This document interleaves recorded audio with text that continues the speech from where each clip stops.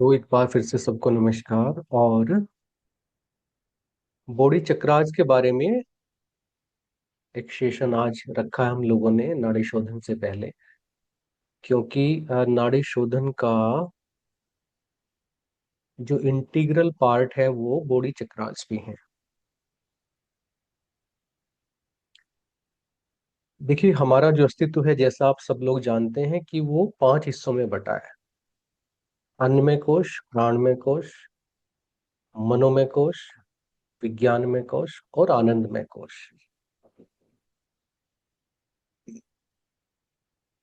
अब ये जो कोष है, इनमें से तीन, बॉडी माइंड सोल की जब हम बात करते हैं, तो अन्नमय कोश, प्राणमय कोश और मनोमय कोश, ये तीन है जहां पे हमारा अस्तित्व रहता है।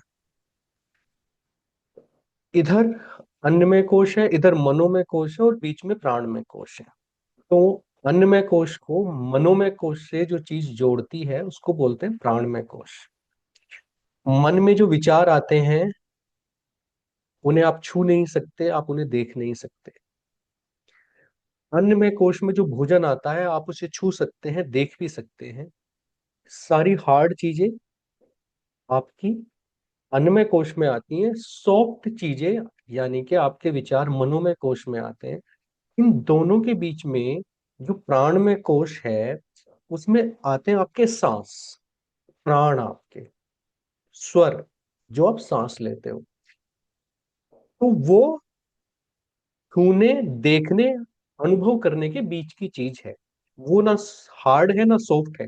विचार सॉफ्ट है, भोजन हार्ड है, मगर प्राण क्या है कि वो दिखेंगे नहीं आपको, परंतु आप उन्हें एक इंद्री से, एक ज्ञानेंद्री से, टच की जो सेंस है उससे उन्हें अनुभव कर सकते हो। और किसी भी चीज से, वो आप कोई सांस ले रहा है, नॉर्मली तो आप नहीं सुन सकते, आप देख नहीं सकते, उसमें कोई स्मेल नहीं है जब तक वो स्वस्थ है, कोई टेस्ट नहीं है, मगर आप उसे छू के अनुभव कर सकते हो। तो मनोमय कोश और अन्नमय कोश के बीच में जो प्राणमय कोश है, वो सबसे महत्वपूर्ण कोश है। विचारों को और शरीर में भोजन, कहते हैं जैसा खाए अन्न वैसा होए मन।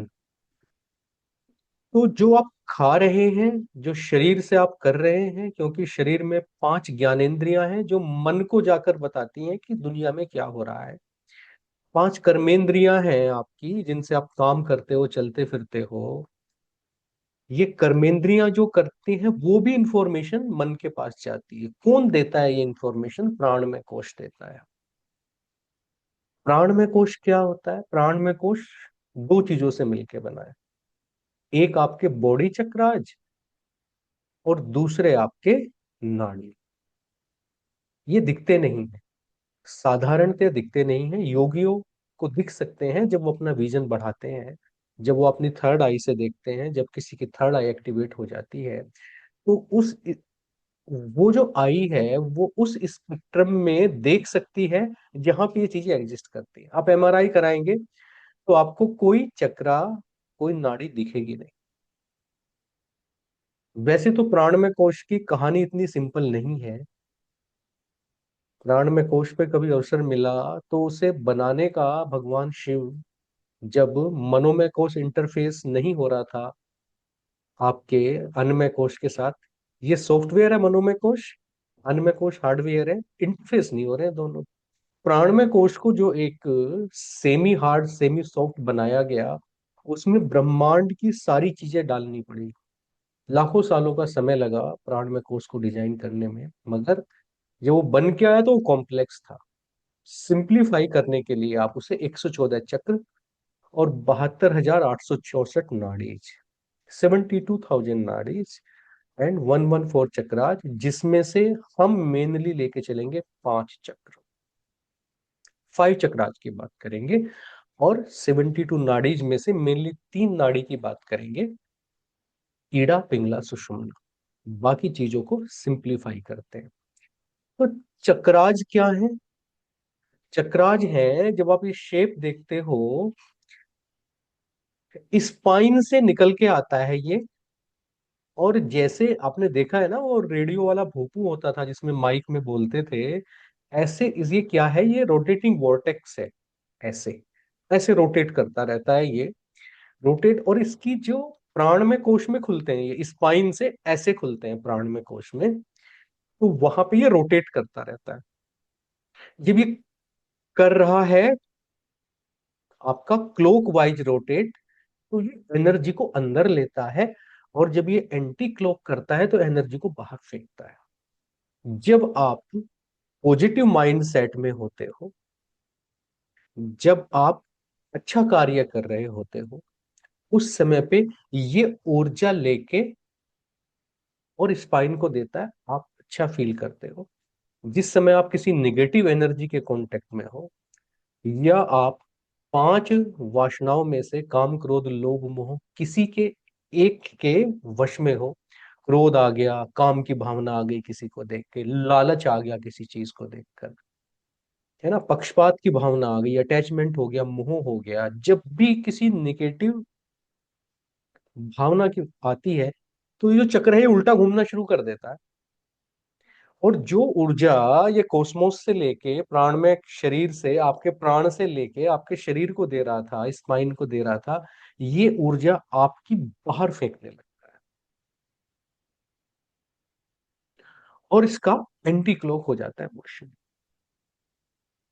तो इस चक्र को जब आप नाड़ी शोधन करते हैं, आप अपने अंदर वो कैपेबिलिटी लाते हैं, वो रिजिलियंस लेके आते हैं, अपने ब्रेन के प्री फ्रंटल कॉर्टेक्स को, जो जानवरों में नहीं होता ह्यूमन में होता है, इस प्रकार से प्रोग्राम कर लेते हैं कि चक्र ऊर्जा लेके शरीर को दे, ना कि चक्र लेकर ऊर्जा लेकर चक्र बाहर फेंके। तो शास्त्रों में मेनली तीन भावनाओं के बारे में बात की गई है, भय, शंका, लज्जा। जब भी मनुष्य के अंदर ये तीन भावनाएं आएंगी, डर आ गया, संदेह आ गया, शंका आ गई किसी चीज को लेके, मान लिया किसी ने कोई गलत काम किया, तो उसको भय होगा, उसका गलत काम का भय होगा। फिर उसे शंका होगी कि किसी को पता ना चल जाए। फिर उसे इंटरनली गिल्ट आएगा, लज्जा आएगा कि अरे, मैंने सोचा नहीं था, मैंने ये काम क्यों किया। तो ये जो तीन चीजें हैं, ये आपकी जो मानसिक ऊर्जा है, जिसके बारे में हम अभी बात करेंगे, उसको सीधे नीचे गिरा देती है।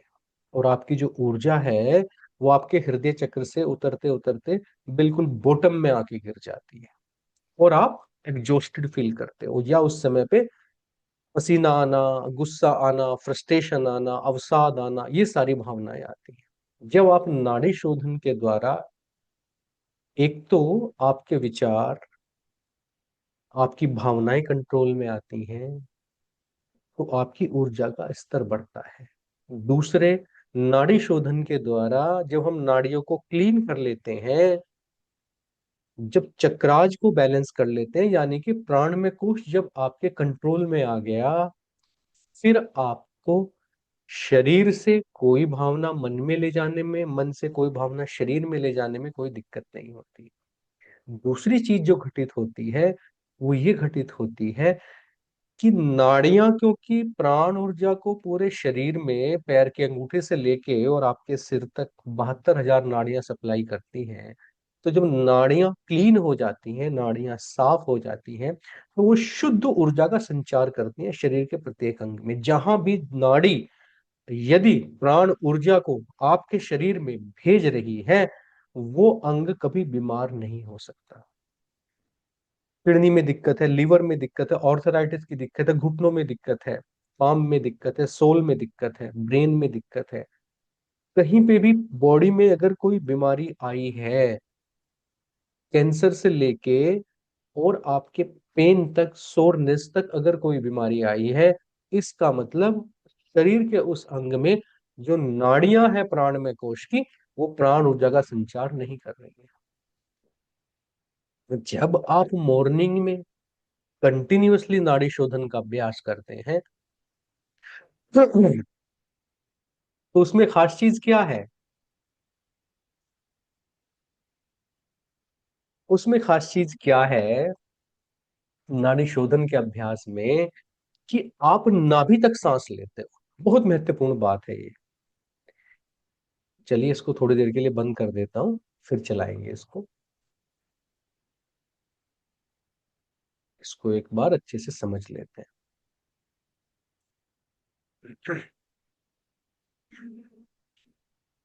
तो आप जो सांस ले रहे हो नाड़ी शोधन के समय में, वो नाभि तक ले रहे हो, मगर सांस तो फेफड़ों के नीचे तो जाता नहीं है। आप कितना भी प्रेशर लगाएं, हवा कहाँ पे आएगी? आपके लंग्स में आएगी। तो ये बार बार नाभि तक सांस क्यों ले रहे हैं? वो नाभि तक इसलिए सांस ले रहे हैं क्योंकि नाभि एक ऐसा मेजरमेंट है, जब आप सांस को नाभि पे लेके आते हो तो प्राण में इतना प्रेशर होता है कि अगर आपकी नाड़ियां साफ हैं, उस प्रेशर के साथ नाभि तक अनुभव करने पे जो लंग्स के अंदर प्रेशर बनता है, वो आपके अंतिम नाड़ी तक उस प्राण को ले जा सकता है। उतना प्रेशर है। जैसे आप एक टायर में प्रेशर डालते हो तो कार आगे चलती है ना, कम प्रेशर पे नहीं चलती। तो प्रेशर कितना चाहिए? जब आपकी सांस नाभि, दिन में जब भी याद आ जाए सांस को नाभि तक लाना है। दूसरा क्या प्रॉब्लम होती है? हम रिवर्स ब्रीदिंग करते हैं। क्या करते हैं? जब हम सांस बाहर निकाल रहे होते हैं, श्वास कर रहे होते हैं, तो पेट बाहर जाता है। जब हम सांस ले रहे हैं तो पेट अंदर आता है। चाइना में, इवन जापान, जितने भी कंट्रीज हैं, उन्होंने जितनी बुद्ध की मूर्ति बनाई है, उसमें बुद्ध का पेट आगे निकला होता है। हम अपनी सभ्यता में एक बात करते हैं छाती फुलाने की, सीना फुलाने की, जबकि नाड़ी शोधन के पूरे अभ्यास में सीना, चेस्ट 1 मिलीमीटर ना कम होनी चाहिए ना ज्यादा होनी चाहिए। आपने प्राणायाम किया और अगर आपकी चेस्ट कांस्टेंट नहीं रही, प्राणायाम का मतलब खत्म। प्राणायाम से ये हमेशा ध्यान रखना है कि कभी भी आपकी चेस्ट नहीं हिलनी है, पेट हिलना है। जैसे छोटा बच्चा जब सोता है, आप उसके ऊपर कपड़ा डालें ऐसे, तो पेट ऊपर जाएगा, पेट नीचे आएगा। किसी को आर्मी में अगर रिक्रूट होना है तो वो बताता है कि आप इसे फुला के दिखाओ कितना फुला सकते हो। इसके अलावा सीने का कोई यूज नहीं है प्राणी ऊर्जा में। हमेशा कांस्टेंट रहेगा। जितना कांस्टेंट रहेगा, जितना आप इसे फिक्स कर लेंगे, आपको नाड़ी शोधन या प्राणायाम उतना ही फायदा देगा। दिन में जब याद आ जाए, सांस को लेकर आए, नाभि तक भरे और छोड़े। तो इसे पूरे साल लगातार करना मेरे लिए तो सबसे चैलेंजिंग है, मगर मुझे कहीं से इस प्रकार के सिग्नल हैं कि नहीं, ये कराना है। और आप ये मत समझना कि ये 42 लोगों को कराना है या 42,000 को कराना है। ये कम से कम 2 मिलियन लोगों को कराना है, और ये होगा। इसकी चिंता ना करें, क्योंकि जिसकी ये प्लान है उसे ये करनी है। तो ये जो सुबह सुबह का अभ्यास है, उसकी फीस नॉमिनल इसलिए रखी गई है ताकि एक टोकन मनी के साथ आप लोग ये फील करें कि भाई चलो एनर्जी एक्सचेंज तो हुआ है। मगर उसकी फीस उतनी रखी गई है जितनी 1 महीने की क्लास की फीस होती है, वो साल भर की फीस रखी गई है। जिन लोगों ने अभी 1 महीने के लिए एनरोल किया है, उनको अगर 1 महीने के बाद इसे कंटिन्यू करना है, तो टोटल फीस में से ये वाली फीस निकाल के बाकी का पे करके वो एनरोल कर सकते हैं। वो चाहे तो महीने के महीने भी दे सकते हैं, मगर इसे कंटिन्यू करें। जो एल्गोरिदम हमने डेवलप की है पूरे साल की, उसका पर्पज है, वो मैंने चेंज करके दोबारा डाली है। वो फिर बहुत बड़े लोगों के साथ दोबारा डिस्कस हुई है, उसमें कुछ चेंजेस किए हैं। वो एल्गोरिदम ऐसे सिंपल एल्गोरिदम नहीं है। वो हठ योग, प्रदीप का, भगवत गीता, शिव संहिता, वहां पे जो जिन रेशो के साथ उसको आगे ले जाने की बात की है, और आपकी जो ऑक्सफोर्ड यूनिवर्सिटी या ब्रिटिश मेडिकल जर्नल ने जो भी ब्रीदिंग के ऊपर या हाइपॉक्सी के ऊपर जितनी भी स्टडीज हैं, उन सबको कंसीडर करके कि कौन सी ब्रीदिंग, होल्डिंग, कुंभक के साथ में कौन सा एलिमेंट, कौन सा अंग, कौन सा हार्मोन सिक्रीट होता है, वो प्रॉपर स्टडीज हैं। वो जो साल भर का पूरा है, वो ईश्वर की कृपा है हमारे ऊपर कि हम सब लोग उसे करेंगे, कंटिन्यू करेंगे। और अगर हमारी नाड़ियां शुद्ध हो गई, जो ईश्वर करेंगे ही, क्योंकि ये आपका और मेरा कार्य नहीं है, ये उसका कार्य है। तो कोई बीमारी, कोई रिलेशनशिप इशू, कोई फाइनेंशियल इशू जिंदगी में, जिसकी नाड़ियां स्वच्छ हैं और चक्र बैलेंस है, उसे इस ब्रह्मांड में कोई दिक्कत आ नहीं सकती। मैं ईश्वर से प्रार्थना करता हूँ कि इस, हम सब लोग जिस मकसद के साथ, जिस उद्देश्य के साथ, जिस पर्पज गोल के साथ इस कार्य में लगे हैं, ईश्वर अपना आशीर्वाद हर किसी के ऊपर बरसाए और सब इसमें सफल हो। तो बॉडी चक्रास के बारे में बता देता हूँ, क्योंकि आपने जो शेड्यूल देखा होगा, उसमें जितने भी हमने शेड्यूल के अंदर रखे हैं कि पहला 3 दिन चलेगा, दूसरा 9 दिन चलेगा, फिर 12 दिन चलेगा, फिर 18 दिन चलेगा, है ना। तो आपको उसमें पूरा का पूरा वो 963 के ऊपर डिपेंड है। बनाइए उसको इस तरीके से गया है, चाहे उसमें एक श्वास या एक सेकंड कम या ज्यादा कर लिया गया है, मगर वो 963 के हिसाब से बनाया गया है। उसकी जो इंटेंसिटी है, उसका जो पर्पज है, उसके जो आउटकम है, उन्हें बहुत ट्यून्ड किया गया है। तो वो आपको 10x रिजल्ट देने वाले उन्हें इसी तरीके से किया गया है। तो एक जो एक्सरसाइज है, पहले 3 दिन, फिर 6, फिर then 6 days, then 12 days, then 18 days, ये पूरे 30 दिन हो गए। तो 30 दिन का जो शेड्यूल है वो आप लोगों के साथ शेयर कर दिया गया है कि किस दिन क्या किया जाएगा। उसमें आप शुरू में देख रहे हैं कि हमने केवल मूल चक्र को लिया है, क्योंकि चक्रों में सबसे नीचे मूल चक्र है। जब तक उसको साफ नहीं करेंगे, ऊपर के चक्राज को साफ करने का पर्पज नहीं है। तो 3 दिन हम उसको साफ कर रहे हैं, फिर अगले 6 दिन मूल चक्र स्वादिष्ठान चक्र को साफ कर रहे हैं, फिर अगले 12 दिन हमने मणिपुर चक्र को। दूसरे मंथ में हम किस पे आएंगे, आपके जो पहले मंथ में हमने कंठ चक्र, जो थ्रोट चक्र है, जो आपका विशुद्धि चक्र है, उसको कंसिडर नहीं किया है अभी, वो दूसरे महीने में आएगा। इस तरीके से सारे चक्रास की क्लीनिंग। और आप देखिए कि जो शास्त्रों में जिक्र है 3 श्वास का, तो उसे 3 के साथ ही स्टार्ट किया गया। 3 से लेके और उसको 36 तक लेके गए पहले साल के अंदर। दूसरे साल के अंदर वो 48 तक भी जाएगा। तो 48 तक जाने का मतलब है, जिसका 48 तक चला जाएगा उसको अंदर के कलर दिखना, अनुभव होना, चक्र होना, सहज भाव में। अगर आपने ये साल भर किया और आप 48 पे आ गए, 48 पे जो सहज भाव में आ गया, उसके अंदर के दरवाजे तो खुलने ही हैं। ये तो फॉर श्योर है, वो तो बाई प्रोडक्ट है। इसको बड़ी श्रद्धा के साथ हमें करना है। इसमें नाड़ी शोधन जितना इम्पोर्टेंट है, उतना ही इम्पोर्टेंट चक्रा हीलिंग और चक्रा क्लीनिंग भी है। तो चक्रा क्लीनिंग के लिए पहले चक्राज को थोड़ा सा जानना है। उसके लिए आज का सेशन रखा है, क्योंकि जब मॉर्निंग सेशन स्टार्ट हो, आपको जो टॉपिक है चक्रा हीलिंग वाला, वो ऐसा ना लगे कि ये किस प्रकार से हो रहा है और इसका पर्पज क्या है ना। ये चक्राज की थोड़ी सी यहाँ पे इन्होंने बताया है कि स्ट्रक्चर क्या होती है। ये जो स्ट्रक्चर आपको दिख रही है, ये हमारे शास्त्रों में कहीं इसका जिक्र नहीं है, मगर थियोलॉजिकल सोसाइटी वाले जो चक्राज की बात करते हैं, उसमें इस तरह का स्ट्रक्चर दिया है, जो काफी लॉजिकल भी लगता है। कि इसमें ना दो तरह के मोशन होते हैं। एक तो इसमें कॉस्मिक एनर्जी आ रही है दूसरे डायमेंशन से। मैं इसे राहु केतु की एनर्जी बोलता हूँ, क्योंकि राहु और केतु है वो सूर्य को भी एनर्जी देते हैं, महासूर्य को भी एनर्जी देते हैं। ये सीधे वहां से आ रही है ऊर्जा। इसे आप मून की नोड मत समझना, ये बहुत रहस्यमयी दोनों प्लेनेट हैं। तो ये ऊर्जा लेके आते हैं। और इसमें से दो मोशन होती है, एक तो ये ऐसे आगे पीछे को चलता है चक्र, और एक गोल गोल घूमता है। एक तो ऊर्जा को बाहर या अंदर फेंकता है, और एक गोल गोल घूमता है।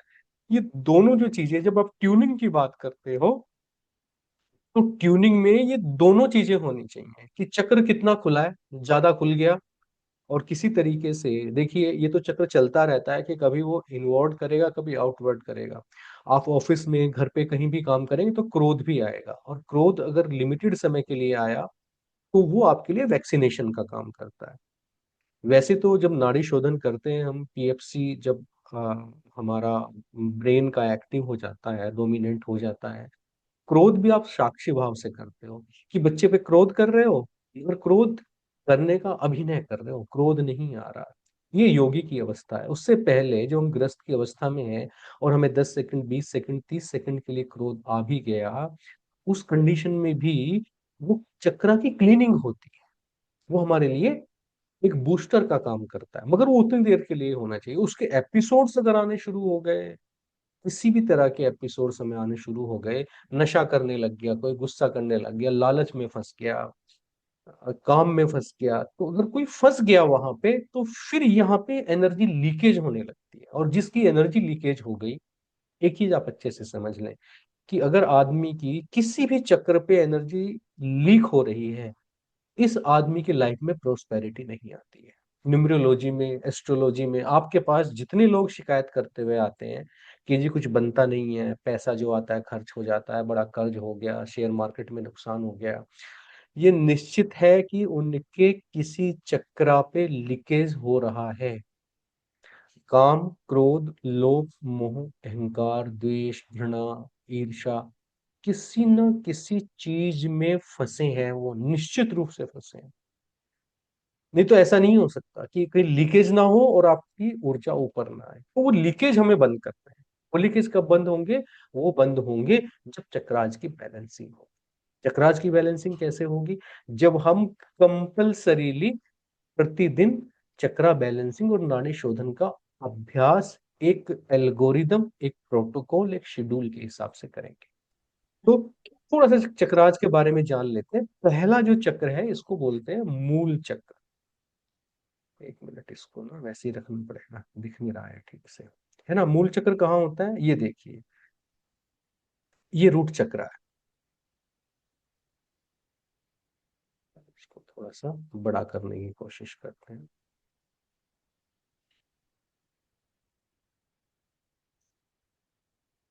ये देखिए, ये हमारा जो रूट चक्रा है, ये हमारी बॉटम पे होता है। जब हम बैठते हैं ना, तो नीचे जो पोर्शन टिकता है, हमारी सबसे नीचे का पोर्शन, हमारे दोनों इनलेट्स के बीच में जो पोर्शन होता है, कोसेक्स जिसको बोलते हैं, वो हमारा रूट चक्रा है। बेसिकली शरीर के सबसे नीचे का भाग जब हम बैठते हैं, सबसे ऊपर का भाग सहस्रार है। और बैठने के बाद जब हम सुखासन, पद्मासन या अर्ध पद्मासन की अवस्था में बैठते हैं, तो उस कंडीशन में जो नीचे टिकता है उसको रूट चक्र बोलते हैं। तो रूट चक्र जो हमारा होता है सबसे नीचे, जिसका जो मंत्र है वो लम है, इसके बारे में अगर बात करें तो ये कहाँ पे होती है? बेस ऑफ द स्पाइन पे होता है। एलिमेंट क्या है? इसका अर्थ है। कलर क्या है? रेड है ना। किसी भी परंपरा की आप बात करें, चाहे आप प्राणिक हीलिंग की बात करें, वो भी विदेश से आया है, हमारे यहाँ पे थाईलैंड से आया, या आप बात करें थियोलॉजिकल सोसाइटी की बात करें जो वैदिक से नहीं है, या फिर आप बात करें अपने वैदिक, जहाँ पे अपना अपना प्राण में कोश के चक्राज का जिक्र किया, उन्होंने इसका कलर लाल माना है और इसका एलिमेंट अर्थ माना है, और शनि मंगल की एनर्जी को इसमें माना है। इसकी सेंस क्या है? स्मेल। तो जो नाक से जो हम स्मेल करते हैं, वो बेसिकली क्या है? पृथ्वी तत्व है। वो किस चक्र से रिलेटेड है? आपका रूट चक्र से। तो जिनको स्मेल, जिनकी या तो नहीं आ रही है या आनी बंद हो गई है, तो इसका मतलब कहाँ पे गड़बड़ हुई है? रूट चक्रा पे गड़बड़ हुई है। तो रूट चक्रा जब ब्लॉक होता है या इम्बैलेंस होता है, तो क्या हो सकता है? आदमी को कॉन्स्टिपेशन हो सकता है। कॉन्स्टिपेशन कंटिन्यूअस रहेगा। आदमी अगर कुछ मेडिसिन लेक्सेटिव ले रहा है तो पेट साफ होगा, नहीं तो नहीं होगा। हो सकता है उसका रूट चक्रा बैलेंस हो। सीआरटी का पेन होएगा, जो ऐसे ना, या तो पैर के ऊपर से या नीचे से हमेशा होता रहता था पेन, आदमी सो भी नहीं पाता है, इसमें सीआरटी का पेन होता है। ये भी किसकी वजह से होता है? आपका रूट चक्र के इम्बैलेंस की वजह से। नी ट्रबल हो सकते हैं। एक आदमी को ओबेसिटी हो रही है, तो ये भी फर्स्ट एंड सेकंड चक्रास के कंबाइन इफेक्ट से होती है। ईटिंग डिसऑर्डर्स है, आदमी को कुछ भी खा रहा है, किसी भी टाइम खा रहा है, लगातार खा रहा है। देखिए एक चीज समझें, कि भोजन एक बार करने के बाद दोबारा 12 घंटे बाद करना चाहिए, क्योंकि हमारी प्राण ऊर्जा गृहिणी की तरह होती है। वो 2 घंटे में पाचन की क्रिया खत्म करके फिर आपके उत्थान में, आपकी इवोल्यूशन के लिए काम करती प्राण ऊर्जा। आप हर घंटे कुछ ना कुछ चबा रहे हो, कुछ रखा किचन में, कुछ घुसे ऑफिस में, दराज में से निकाला और लगातार खा रहे हो, तो प्राण ऊर्जा पूरे टाइम खाने में लगी रहती है। आपके किसी भी प्रकार की इवोल्यूशन में काम नहीं करती। तो एक बार खाना खा के कब खाना है? 12 घंटे बाद। नहीं खा सकते तो चलिए 6 घंटे बाद। एक बार कुछ खाया, फिर 6 घंटे बाद खाया, फिर 6 घंटे बाद खाया। कम से कम प्राण ऊर्जा को, अगर आप बहुत प्रोसेस्ड फूड खा रहे हैं और वो 3 घंटे में पचा रही है, तो 3 घंटे उसको मिलते हैं आपकी रिपेयरिंग के लिए, आपकी ट्यूनिंग के लिए, आपकी हीलिंग के लिए। वो 3 घंटे जरूर होते हैं। किसी भी दशा में आपको एक बार कुछ खा के, पानी के अलावा 6 घंटे तक कुछ नहीं खाना चाहिए। तो ईटिंग डिसऑर्डर अगर है आदमी को, और कुछ ना कुछ खा रहा है, मोटा हो रहा है, मुंह चल रहा है लगातार, एक चक्रा इम्बैलेंस है। एंजाइटी आदमी को होती है, जबरदस्ती की चिंता, इनसिक्योरिटी की फीलिंग होती है, डिप्रेशन हो रहा है एक आदमी को, डर लग रहा है नौकरी ना चली जाए, डर लग रहा है बच्चों की शादियां कैसे होगी, डर लग रहा है कि कुछ ऐसा ना हो जाए जिससे, कोविड में जिस तरीके से हो गया था, सारे खर्चे बंद हो गए थे, कोई ऐसा तो नहीं कि दोबारा मुझे सर्वाइवल की दिक्कत आ जाएगी। जिसको डर लगता है, जो रात में अकेले नहीं सो पाता, जो अंधेरे में अकेले नहीं जाता है, जिसको आंख बंद करके अंदर जाने में डर लगता है, जो साधना में नहीं बैठ सकता। तो ये सर्वाइवल और सिक्योरिटी की जितनी दिक्कत होती है, किससे रिलेटेड है? मूल धारा से, मूल चक्र से, रूट चक्र से रिलेटेड है ना। इसका मतलब वहां पे ब्लॉकेज हो गया है ना। कहते हैं हम गणेश जी वहां पे रहते हैं, और निर्विघ्न होने का जो मंत्र हम यहाँ पे रखते हैं, तो वो सिंबॉलिक है कि इसका ब्लॉकेज हमें हटाना है। क्योंकि जो मूल चक्र है वही हमारे, जो अपने पैर हैं, घुटने हैं, थाइज हैं, जो जितने भी हैं, सबको ऊर्जा कौन दे रहा है? मूल चक्र दे रहा है। मूल चक्र अगर ठीक नहीं होगा, तो जो हमारे पैर की उंगलियों के टिप्स हैं, वो सारी की सारी जो है सब चक्रास हैं रूट चक्रा के, तो ना वहां पे एनर्जी का आदान प्रदान नहीं होता, ब्लॉक हो जाता है, और हमें पैरों की दिक्कत हो जाती है। तो फर्स्ट चक्रा जब ब्लॉक हो जाता है, तो इस तरह की दिक्कत आपको psychologically, anxiety, depression, insecurity, survival and security की प्रॉब्लम, ये वाली प्रॉब्लम आपको आ सकती है। या आपको फिजिकल लेवल पे सीआरटी का पेन हो गया, या आपका कॉन्स्टिपेशन हो गया, घुटनों में दर्द हो रहा है, ये सारी चीजें आपकी कहाँ से आती हैं? ये आती हैं आपकी मूल चक्र से आती हैं। तो अगर एक स्ट्रोंग और बैलेंस आपका रूट चक्र है, तो it keeps us rooted to the earth, it allows us fully enjoy our earthly existence and manifest our desire into materialistic objects. तो घर ध्यान धन्य से भरा हो, पैसे से भरा हो, वेल्थ से भरा हो, रिसोर्सेज आपके पास हैं, और ग्राउंडिंग की फीलिंग है, आपको डर नहीं लगता है, आप सिक्योर फील करते हो, अच्छी नींद आती है, इसका मतलब आपका रूट चक्रा बैलेंस्ड है ना। ग्राउंडिंग इसका एक बहुत अच्छी आपकी रेमेडी है, कि प्रतिदिन ग्राउंडिंग जरूर करें। जब भी टाइम मिले, आप जो है बेयरफुट ग्रास के ऊपर, या ऐसी जमीन के ऊपर, अर्थ के ऊपर, जहाँ पे मतलब टॉक्सिन्स नहीं होने चाहिए, लोग कूड़ा करकट और आपके जो पेस्टिसाइड्स हो वो ना डालते हो, क्लीन सी जगह हो, 15 मिनट के लिए आपको ग्राउंडिंग जरूर करनी चाहिए। उस आपके फ्री रेडिकल्स भी बॉडी से निकलते हैं, और आपका जो रूट चक्र है वो बैलेंस रहता है। तो रूट चक्र को हम जब मॉर्निंग का सेशन करेंगे, पूरे साल रूट चक्र की बैलेंसिंग जरूर करेंगे, और उसके लिए मंत्र होता है लम लम लम। शास्त्रों में इसे उच्चारण करने के 3 तरीके बताए गए हैं, वो हम डिस्कस करेंगे सेशन में टाइम टू टाइम।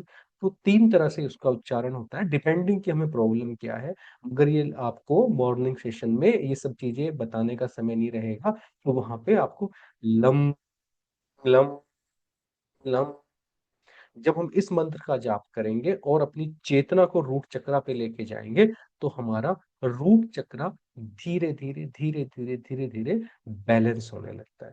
दूसरे चक्र की अगर बात करें तो इसको बोलते हैं स्वादिष्ठान चक्र। और ये कहाँ होता है? नाभि से नीचे और रूट चक्रा से 4 अंगुल ऊपर होता है, लोअर एब्डोमिनल, जहां पे हमारी जेनाइटल्स है उसके ऊपर वाली जगह पे होता है। इसका एलिमेंट क्या है? इसका एलिमेंट वाटर है। अच्छा, ये कहाँ पे होते हैं सारे? ये आगे नहीं होते, पीछे आपकी जो जो स्पाइन है वहां पे होते हैं। कलर क्या है इसका? ऑरेंज कलर है। और इसकी सेंस क्या है? टेस्ट, जो आप जीभ से टेस्ट करते हो कि ये खट्टा है, मीठा है, कड़वा है, कसैला है, किस प्रकार का टेस्ट है, वो सारा टेस्ट आपका किससे आता है? आपका आता है सेक्रल चक्र से।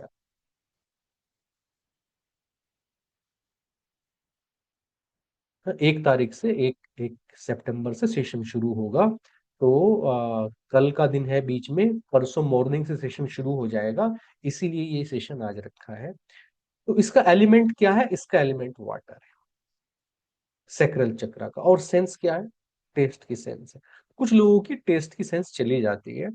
उसका कारण क्या होता है? उसका कारण होता है आपका जो सेक्रल चक्र है वो किसी वजह से ब्लॉक हो गया। अगर आपको चीजों में टेस्ट नहीं आ रहा है, ठीक से नहीं आ रहा है, वैसे तो वो विटामिन B12 की कमी से भी होता है। तो अगर ऐसा है तो एक बार विटामिन जो है आपका B12, उसकी जो डॉक्टर से मिलके निर्धारित जो क्वांटिटी है वो लेके अपना कोर्स कर लेना चाहिए। उससे भी सेक्रल चक्रा भी किसी लेवल पे मजबूत होता है। नहीं तो आप सेक्रल चक्रा की जो बैलेंसिंग है उसको हम करेंगे।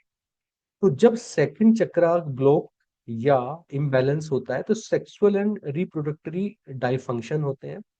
जैसे रिपीटेड मिसकैरेज हो रहा है, अबॉर्शन हो रहा है, फ्रिजिडिटी हो रही है, या आपका क्या होता है, यूरिन या ब्लैडर किडनी से रिलेटेड प्रॉब्लम आती है, और लोअर बैक में स्टिफनेस आती है, या कोई आदमी नशे का शिकार हो जाता है। ईटिंग डिसऑर्डर मैंने बताया था कि ये आपके दोनों चक्रात के साथ मिक्स है। और लो सेल्फ स्टीम होती है आदमी के अंदर, अपने आप को लेके पीटी फील करता है। जब वाटर किसी का इम्बैलेंस हो जाता है, आदमी अपने आप को कि शायद मैं नहीं कर पाऊंगा, शायद मुझसे नहीं हो पाएगा, मैं किसी लायक नहीं हूँ, सब कितने अच्छे हैं, सब कितने सुंदर हैं, सब कितने अच्छे कपड़े पहनते हैं, सबके अंदर कोई ना कोई खास बात है, मेरे अंदर ही कुछ नहीं है, मैं किसी लायक नहीं हूँ। लो सेल्फ स्टीम अगर आ रही है तो कहीं ना कहीं आपका जो सेक्रल चक्र है वो इम्बैलेंस हुआ है। और ईर्ष्या की फीलिंग आ रही है, अगर आपको जेलेसी आ रही है, मान लीजिए आपसे ज्यादा कोई टैलेंटेड आपको मिल रहा है, या आपको पता चल रहा है कोई आपसे ज्यादा पैसे कमा रहा है, या कोई आपसे अच्छी कार ले आया, अगर आपके अंदर मोटिवेशन आया कि अरे वाह ये ले आया तो मैं भी लेके आऊंगा, मतलब आपका सेक्रल चक्र बैलेंस है। और अगर आपका सेक्रल चक्र बैलेंस है और आप खुश हुए दूसरे आदमी की प्रोग्रेस को देख के, तो यूनिवर्स आपको ऑटोमेटिकली उस लेवल पर लेकर जाएगा जाएगा जाएगा, कोई वजह नहीं। और अगर आपके अंदर जेलेसी आ गई, आपके अंदर किसी प्रकार की ईर्ष्या आ गई, तो क्या होगा कि आपको किसी भी तरीके से उस लेवल पे आप नहीं पहुंच पाएंगे और आप नीचे आ जाएंगे। तो ये जो भावनाएं हैं, जेलेसी, एनवी, क्या फर्क है दोनों में? अपने इक्वल्स से हम जेलसी रखते हैं। जैसे जो पियोन होगा, अगर दूसरे पियोन का प्रमोशन हो जाए तो उसको जेलसी होगी।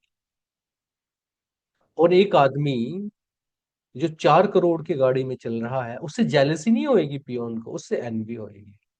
तो इक्वल्स में जेलसी होती है, वो ज्यादा खतरनाक होती है क्योंकि वो कंटिन्यूअस हो जाती है। तो ये जो भावना है जेलसी वाली, ये सेक्रल चक्रा को तो स्वादिष्ठान चक्रा को बिल्कुल ब्लॉक कर देती है। और इसको जहां ब्लॉक किया, आपकी क्रिएटिविटी गई, और सेक्सुअल डाइफंक्शन भी होने लगते हैं, इम्पोर्टेंसी जैसी चीजें भी होने लगती हैं।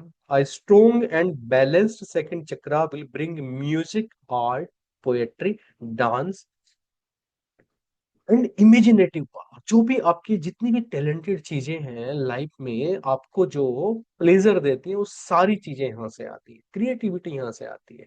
तो ये चक्रा थियो जो आपकी थियोलॉजिकल सोसाइटी है, वो तो ये मानती है कि स्व अधिष्ठान का मतलब ये है कि आपकी आत्मा रहती सक्राल चक्रा पे है, और यहीं से वो बाकी जितने भी चक्र हैं उनको एनर्जी सप्लाई करते हैं। तो इतना महत्व कई सभ्यताओं में इस चक्र का बताया है कि अगर आपने अपना स्वादिष्ठान, जहां आप खुद स्थित हैं, उसको ठीक कर लिया तो बाकी सारे चक्र कहीं ना कहीं इससे ठीक हो जाते हैं।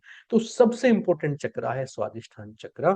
और ये हमारा किडनी की जो भी प्रॉब्लम है, या यूरिनरी ट्रैक की जितनी भी दिक्कत हैं, या यूट्रस से मेंस्ट्रुअल साइकिल से रिलेटेड जितनी दिक्कतें हैं, वो कहीं ना कहीं सब की सब, जब बॉडी फ्लूइड की बात करते हो आप, वो कहीं ना कहीं जो सिक्रीशंस है बॉडी के, वो आपके इस स्वादिष्ठान चक्र सेक्रल चक्र से संबंधित है।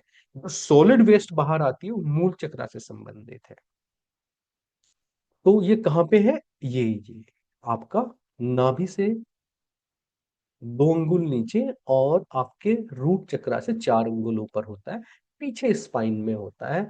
और इसका जो कलर है वो ऑरेंज है। और अगर आप इसकी जो कमल देखेंगे इसका, उसमें कितनी पंखुड़ियां हैं? 6 पंखुड़ियां हैं। मूल चक्र वाले में 4 थी। मगर हम उस डिटेल में नहीं जाएंगे कि इनका देवता कौन है, कितनी पंखुड़ियां हैं, वो हमारे कोर्स का बहुत ज्यादा पार्ट है नहीं डिटेल में जाना।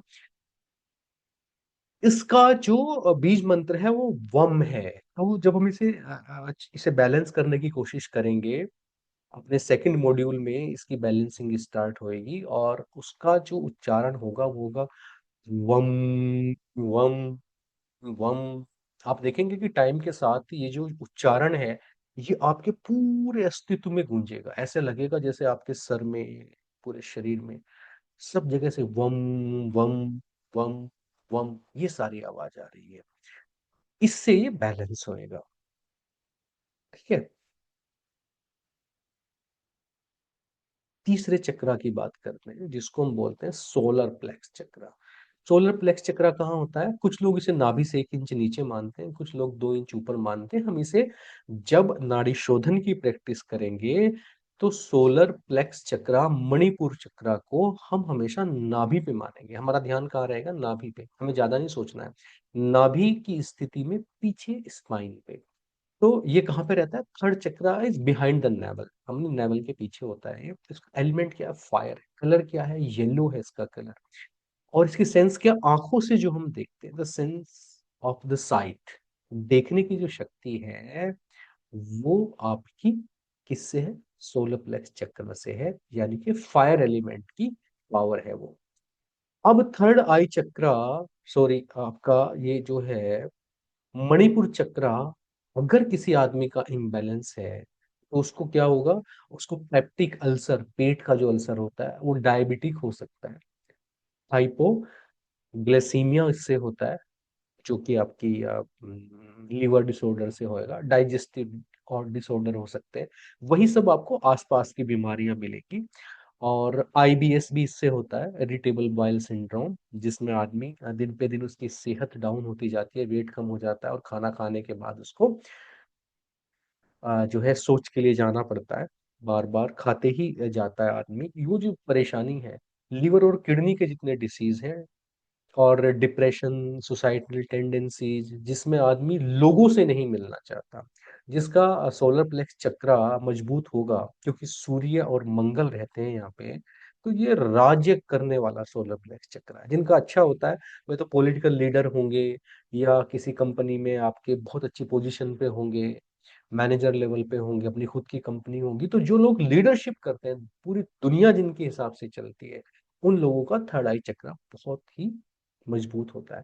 थर्ड आई चक्र कमजोर होने का एक क्या होता है? जैसे ही सन बादलों के पीछे जाएगा, बारिश का मौसम हो गया, धूप कम हो गई, तो क्या होगा? ऐसे लोगों को डिप्रेशन होने लगता है। बहुत सारे लोगों को ये दिक्कत होती है।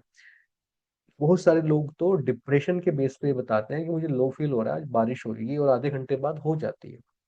तो इस तरीके से वो एक बैरोमीटर का काम करने लगता है। इसका मतलब क्या है? कि आपका थर्ड आई चक्र इम्बैलेंस है। मैंने बता दिया कि ये ना अन्नमय कोश शरीर में नहीं है, ये मनोमय कोश मन में भी नहीं है, ये बीच में प्राणमय कोश में है ये सारी चीजें। तो जब भी इन सारी चीजों को क्लीन करेंगे नाड़ी शोधन में, तो अफर्मेशन क्या लेना है? अफर्मेशन लेना है कि हम प्राणमय कोश को साफ कर रहे हैं। तो वहां पे ये आपका चक्र है, प्राणमय कोश में। और स्ट्रोंग एंड बैलेंस मणिपुर चक्र क्या करता है? Shine brightly to the world है। दुनिया आपको देखती है, दुनिया आपकी लीडरशिप का लोहा मानती है। And this chakra gives you name, fame, energy, reputation, everything. तो लाइफ में जो सेल्फ रियलाइजेशन वाला फंडा है, जब दुनिया आपकी मुट्ठी में होती है और आपको लगता है कि आप दुनिया से ऊपर एक मशाल लेके खड़े होते हैं, तो इसका मतलब आपका थर्ड आई चक्रा बैलेंस है।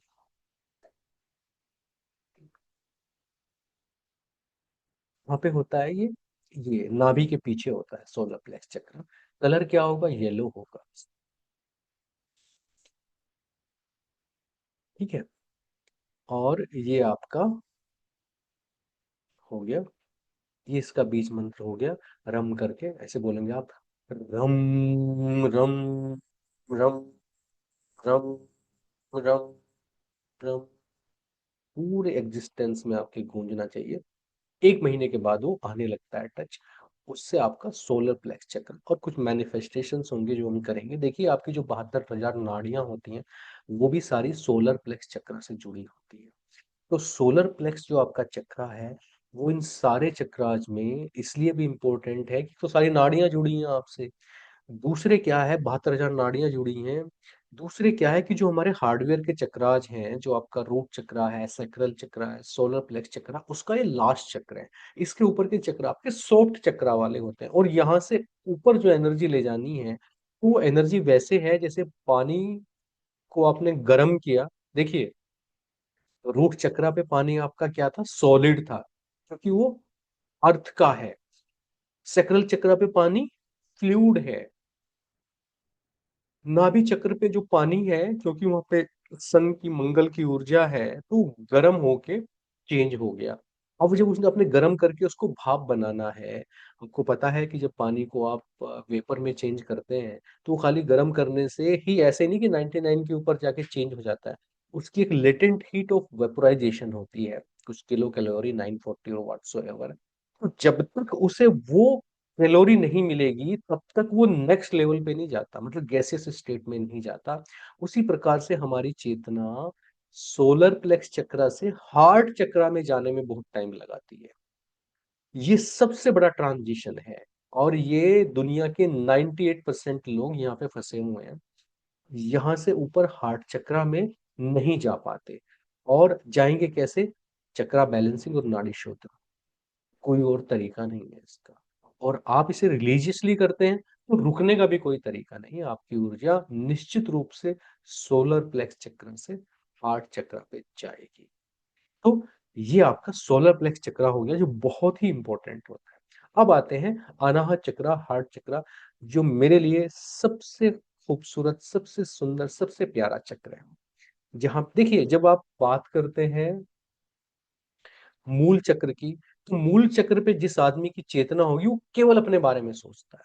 अपना सोना, अपना खाना, अपने को आराम मिलना चाहिए, अपने को धुले हुए कपड़े मिलने चाहिए, बाकी दुनिया भाड़ में जाए। एनर्जी कहाँ पे हो गई? रूट चक्र। निगेटिव सेंस में बोल रहा हूँ, पॉजिटिव सेंस भी उसके बहुत सारे हैं। जो लोग दान पुण्य करते हैं, भंडारे चलाते हैं, उनकी ऊर्जा भी आपकी रूट चक्र पे होती है। मगर आपका जो वॉर्टेक्स है, वो क्लॉकवाइज रोटेट कर रहा है कि एंटी क्लॉकवाइज रोटेट कर रहा है, ये भावनाओं पे डिपेंड करता है। रूट चक्र पे आदमी अपने आप को प्यार करता है। स्वादिष्टान चक्र पे आदमी अपने को और एक दूसरे को, जिसपे उसका इमोशनली डिपेंडेंट है, वो उसको प्यार करता है। तो जितनी ये फिल्में और बाकी चीजें बनती है, सब स्वादिष्टान चक्र से बनती है। जिसकी ऊर्जा मणिपुर चक्र पे होती है, वो टेरिटरी को प्यार करता है। मैं अपने देश को प्यार करता हूँ, मैं अपने गांव को प्यार करता हूँ, मैं अपने समाज को प्यार करता हूँ, मैं अपनी कास्ट को प्यार करता हूँ। तो जब आपकी जो चेतना है, वो बाउंड्रीज, एक पर्टिकुलर बाउंड्री में जितने लोग हैं, जब आप सब पे स्नेह रखते हैं, अपना समझते हैं, तो आपकी ऊर्जा कहाँ होती है? मणिपुर चक्रा पे होती है। मगर हार्ट चक्रा पे जिसकी ऊर्जा है, वो तो जैसे हमारे पूर्वजों ने बोला है, वसुधैव कुटुंबकम, उसको तो संपूर्ण सृष्टि अपना परिवार नजर आता है। उसका जो प्रेम, जो कंपैशन है उसका, वो सबके लिए, पूरी दुनिया के लिए हो जाता है। इसको बोलते हैं हार्ट चक्रा। और हार्ट चक्रा की लोकेशन कहाँ पे है? In the centre of chest. यहाँ पे आपका हार्ट चक्रा होता है। एलिमेंट क्या है? एयर। कलर क्या है? Green. Sense of touch, touch की जो सेंस है। और हैंड, स्किन, पूरी बॉडी जो है आपकी, ये टच की सेंस को समझती है। या एयर जब चलती है तो केवल बॉडी की स्किन को पता चलता है। तो ये आपका यहाँ पे आपकी मून की, वीनस की, सैटर्न की, तीन प्लेनेट की ऊर्जा होती है। और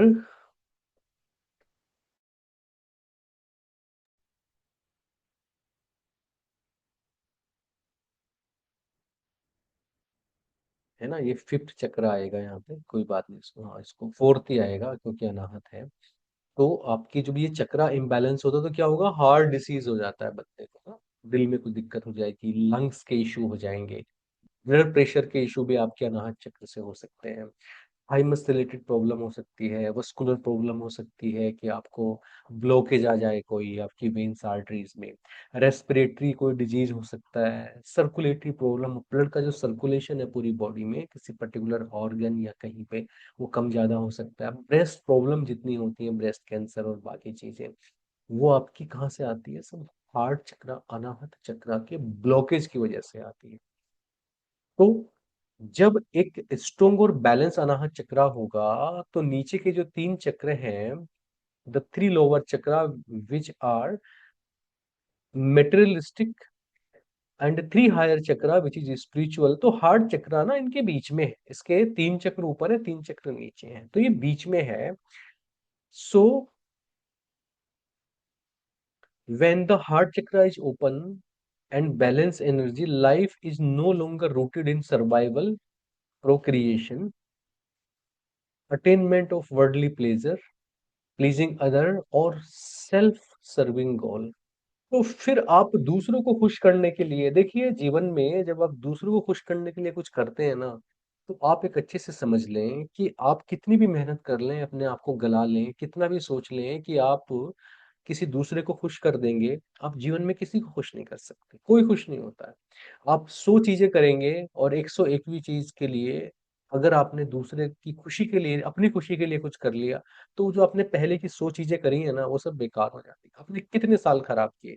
और अगले आदमी को फिर भी ये कहीं ना कहीं फीलिंग आ जाती है, जहां आपने एक बार किसी कुछ को खुश कर रहे थे वहां पे खुश नहीं किया, पिछले का 100 का समय सब बराबर, तो आपने टाइम खराब किया। जब आप स्ट्रोंग अनाहत चक्र होता है आपका, तो आप लोगों को खुश करने के लिए काम नहीं करते हैं, आप जो करते हैं उससे लोग खुश हो जाते हैं। ये आपके अंदर एक भावना आती है, क्योंकि आप उस पावर से जुड़ जाते हो जो पावर यूनिवर्स में फ्लो हो रही है हर तरीके से। तो एनर्जी जिनकी अनाहत चक्र पे आ गई, जिनकी एनर्जी हार्ट चक्र पे आ गई, बस उनकी शुरुआत हो गई फिर। अब ऊपर की यात्रा इतनी मुश्किल नहीं है जितनी मणिपुर चक्र से अनाहत चक्र पे आने की यात्रा थी। ठीक है, तो त्रिबंध, जो तीन बंद का आपको मैंने डॉक्यूमेंट भेजा है आपका, वैसे तूने महाबंद भी बोलते हैं मगर महाबंद का डॉक्यूमेंट मैंने नहीं भेजा आपको, क्योंकि बंद हमें अलग से प्रैक्टिस नहीं करने हैं। केवल कुंभक में जो अंत्य कुंभक बाह्य कुंभक के टाइम पे हम देखेंगे वो बंद यूज करेंगे, और नाड़ी शोधन, इन दोनों से आपका हार्ट चक्र बैलेंस होता है। तो अल्टीमेटली तो नाड़ी शोधन की प्रैक्टिस का मेन पार्ट यही है। तो ये जो प्राणायाम और बंद हैं आपके, इनसे आपका हार्ट चक्र वैसे भी मजबूत होगा। और जो ओम चैंटिंग हम करेंगे 21 टाइम करेंगे शुरू में, तो बाद में इसको बढ़ा के 51 तक भी लेके जाएंगे, और नेक्स्ट ईयर से 108 तक भी लेके जाएंगे। तो ये जो आपका 21 टाइम का आप जो भी प्रणव मंत्र का उच्चारण करेंगे, जो ओम चैंटिंग करेंगे, उसका जो ऊ वाला जो पार्ट है वो हमेशा हार्ट चक्र पे करते हैं आप, तो उससे भी आपका हार्ट चक्र बैलेंस होता है। तो एक साल जब आप ये प्रैक्टिस करेंगे तो हार्ट चक्र तो बैलेंस होना ही होना है। और हार्ट चक्र अगर बैलेंस हो गया तो आपके इस पोर्शन के अंदर कैंसर से लेके और किसी आपका फेब्रॉइड हो गया, स्पोर्ट आ गया कोई, सारी चीजें क्लीन हो जाती। कब हो जाएंगी, जब आपका चक्र बैलेंस होगा। चक्र कब बैलेंस होगा, जब आप कंटिन्यूअस अपनी एल्गोरिदम को फॉलो करें, है ना। इसका आपका मंत्र क्या है, यम यम यम यम यम यम, ये वाले चैंटिंग से आपका जो हार्ट चक्र है वो ट्यून होगा। फिर फाइनली आता है आपका थ्रोट चक्र, विशुद्धि चक्र जिसको बोलते हैं। कहाँ पे रहता है, थ्रोट में रहता है, गले के बीच में रहता है। एलिमेंट क्या है, आकाश है इसका element, space, the last and the fifth element. Colour क्या है? ब्लू कलर है। सेंस क्या है? Sense of hearing. कान जो है हमारे इस पावर को रूल कर, आकाश को। क्योंकि अगर आकाश नहीं होगा तो कोई कुछ बोलता रहेगा तो वो ट्रेवल नहीं करेगा, आकाश से ट्रेवल करके ही वो कानों में जाता है। तो फिफ्थ चक्रा ब्लॉकेज और इम्बैलेंस में include disease of throats and thyroid glands, neck and jaw problem, speech impediment, जो आदमी हकलाते हैं या ठीक से बोल नहीं पाते हैं, कोल्ड्स, जिनको बार बार कोल्ड होता है या जिनको हियरिंग प्रॉब्लम होती है। Imbalance can include unexpressed grief, वो सारे के सारे दुख संताप जो आपके अंदर दबे हैं, जिन्हें आप एक्सप्रेस नहीं कर पाए, जिन्हें एक्सप्रेस करने में झिझक होती है, या आपको लगता है कि कोई ऐसा मिला नहीं जिसे आप अपना दुख या दर्द शेयर कर सकें। जो आपके अंदर सैडनेस है, और सैडनेस की वजह से जो फ्रस्ट्रेशन है, एंगर की फॉर्म में, कौन सा? जो दबा है, जो दिखा नहीं, क्योंकि ये कम्युनिकेशन का है। थ्रोट क्या है बेसिकली? यहाँ पे बुद्ध की ऊर्जा है, तो ये कम्युनिकेशन का है। जब आप अपना सच बोल सकते हो, जब आप मन वाणी और कर्म से सच बोलते हो अपना, तो थ्रोट चक्रा आपका बैलेंस है, इसका मतलब। जब नहीं बोल पा रहे हो, जब दबा हुआ है सब अंदर, तो थ्रोट चक्रा आपका इम्बैलेंस है। तो unexpressed grief, sadness, anger, judgement and feeling of depression, है ना? जब आप जज करने लगते हो लोगों को, जब आप क्रिटिकल हो जाते हो, जब भी आप लोगों को जज करने लगते हो ना, तो प्रोस्पेरिटी आप कभी नहीं आ सकती आपके अंदर। जब आप सही गलत के चक्कर में पड़ जाते हो, जब क्रिटिसाइज करने लगते हो लोगों को, तो जो बड़े बड़े मैनिफेस्टेशन वाले कोच हैं, वो सबसे पहले ये सिखाते हैं कि किसी की नेगेटिव चीज को नहीं देखना, किसी के अंदर दो भी पॉजिटिव चीजें हैं, उन्हीं के बारे में बखान कर करके और खुश हो जाओ, तो वो सारी चीजें आपको मिल जाएंगी। आपने अगर जज करना शुरू कर दिया, किसी पॉलिटिकल पार्टी के इम्प्रेशन में आके, ऑफिस की पॉलिटिक्स में आके, या स्पाउस के कहने में आके, तो थ्रोट चकरा गया। और थ्रोट चकरा गया तो आपकी लाइफ से प्रोस्पेरिटी गई। फिर आप मैनिफेस्टेशन करते रहिए, आप कहते रहिए मैं मनी मैग्नेट हूं, आप लिखते रहिए, रोज शीशे के सामने खड़े होके बोलते रहिए, नहीं होगा। चक्राज अगर बैलेंस है तो मैनिफेस्टेशन नहीं होगा। कुछ भी आप बोलते रहिए, विशुद्धि चक्र सबसे इंपॉर्टेंट चक्र है। तो मैनिफेस्टेशन, जिनकी विजुअल सेंस बहुत हाई है, उनको विजन बोर्ड बना के करना चाहिए। जिनकी ऑडिटरी सेंस, जिनका विशुद्धि चक्र बहुत प्रोमिनेंट है, उन्हें शीशे के सामने खड़े होकर बोलना चाहिए। और जिनका स्वादिष्टान चक्र एक्टिव है, उन्हें लिख के करना चाहिए, वो मैनिफेस्टेशन होगा। नाड़ी शोधन का मैनिफेस्टेशन में बहुत बड़ा रोल है। सांस अंदर भर के स्वर चेक करके मैनिफेस्टेशन करेंगे, तो मैनिफेस्टेशन सफल होगा, आपके अन्नमय कोश से मनोमय कोश में जाएगा। और अगर आपने प्रोटोकॉल नहीं ली ठीक से, सांस अंदर भर के उचित स्वर में मैनिफेस्टेशन नहीं किया, तो कितना करते रहिए होगा नहीं। कुछ लोग कहते हैं ना हमारा नहीं होता, इसलिए नहीं होता है। तो ये सारे चक्र हमें एक साल के अंदर बैलेंस करने हैं। इन्हें बैलेंस कर लेंगे, चक्राज को, नाड़ी को शुद्ध कर लेंगे, तो यकीन करिए जीवन में कोई रोग, कोई दुख, रिलेशनशिप इशू, ये एक ऐसी चीज है जो 10% से लेके 100% तक सब पे काम करती है।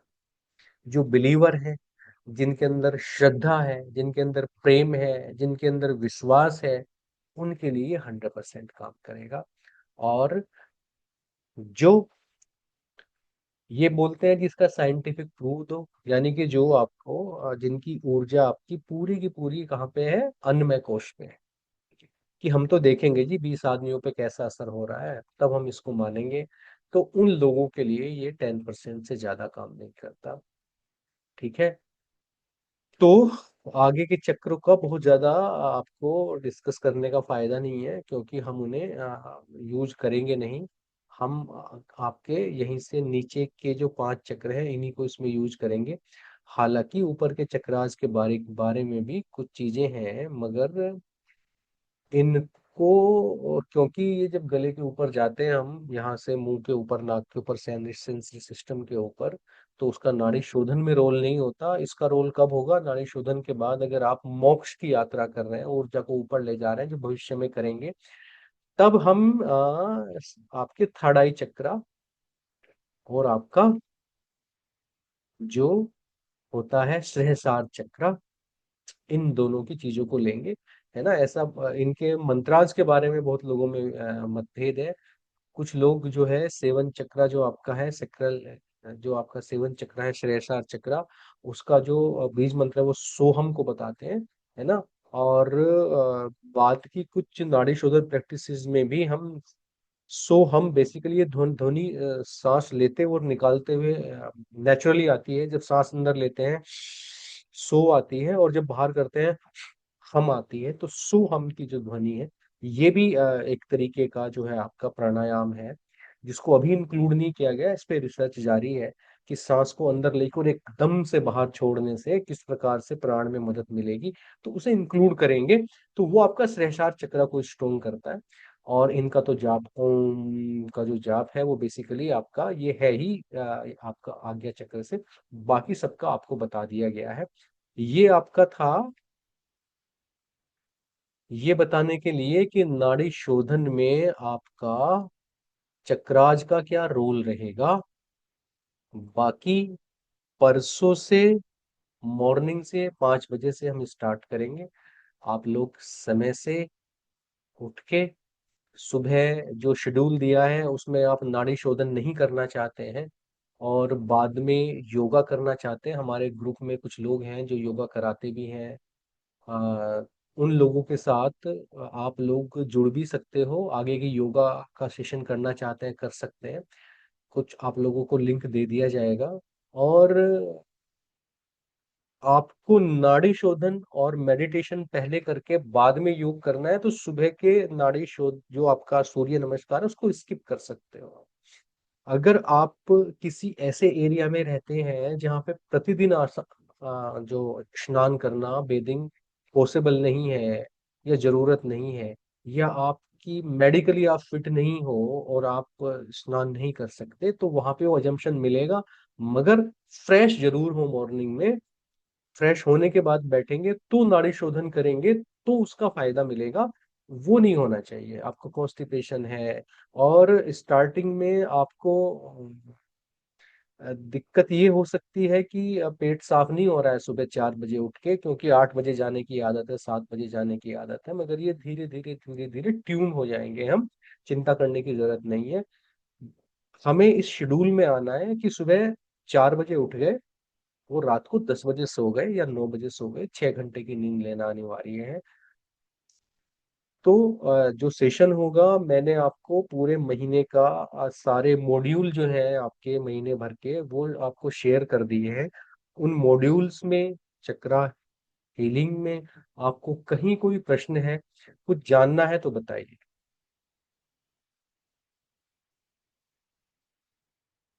हैंड रेज करके आप जो है सवाल पूछ सकते हो, मैं आप लोगों को अलाउ कर देता हूँ।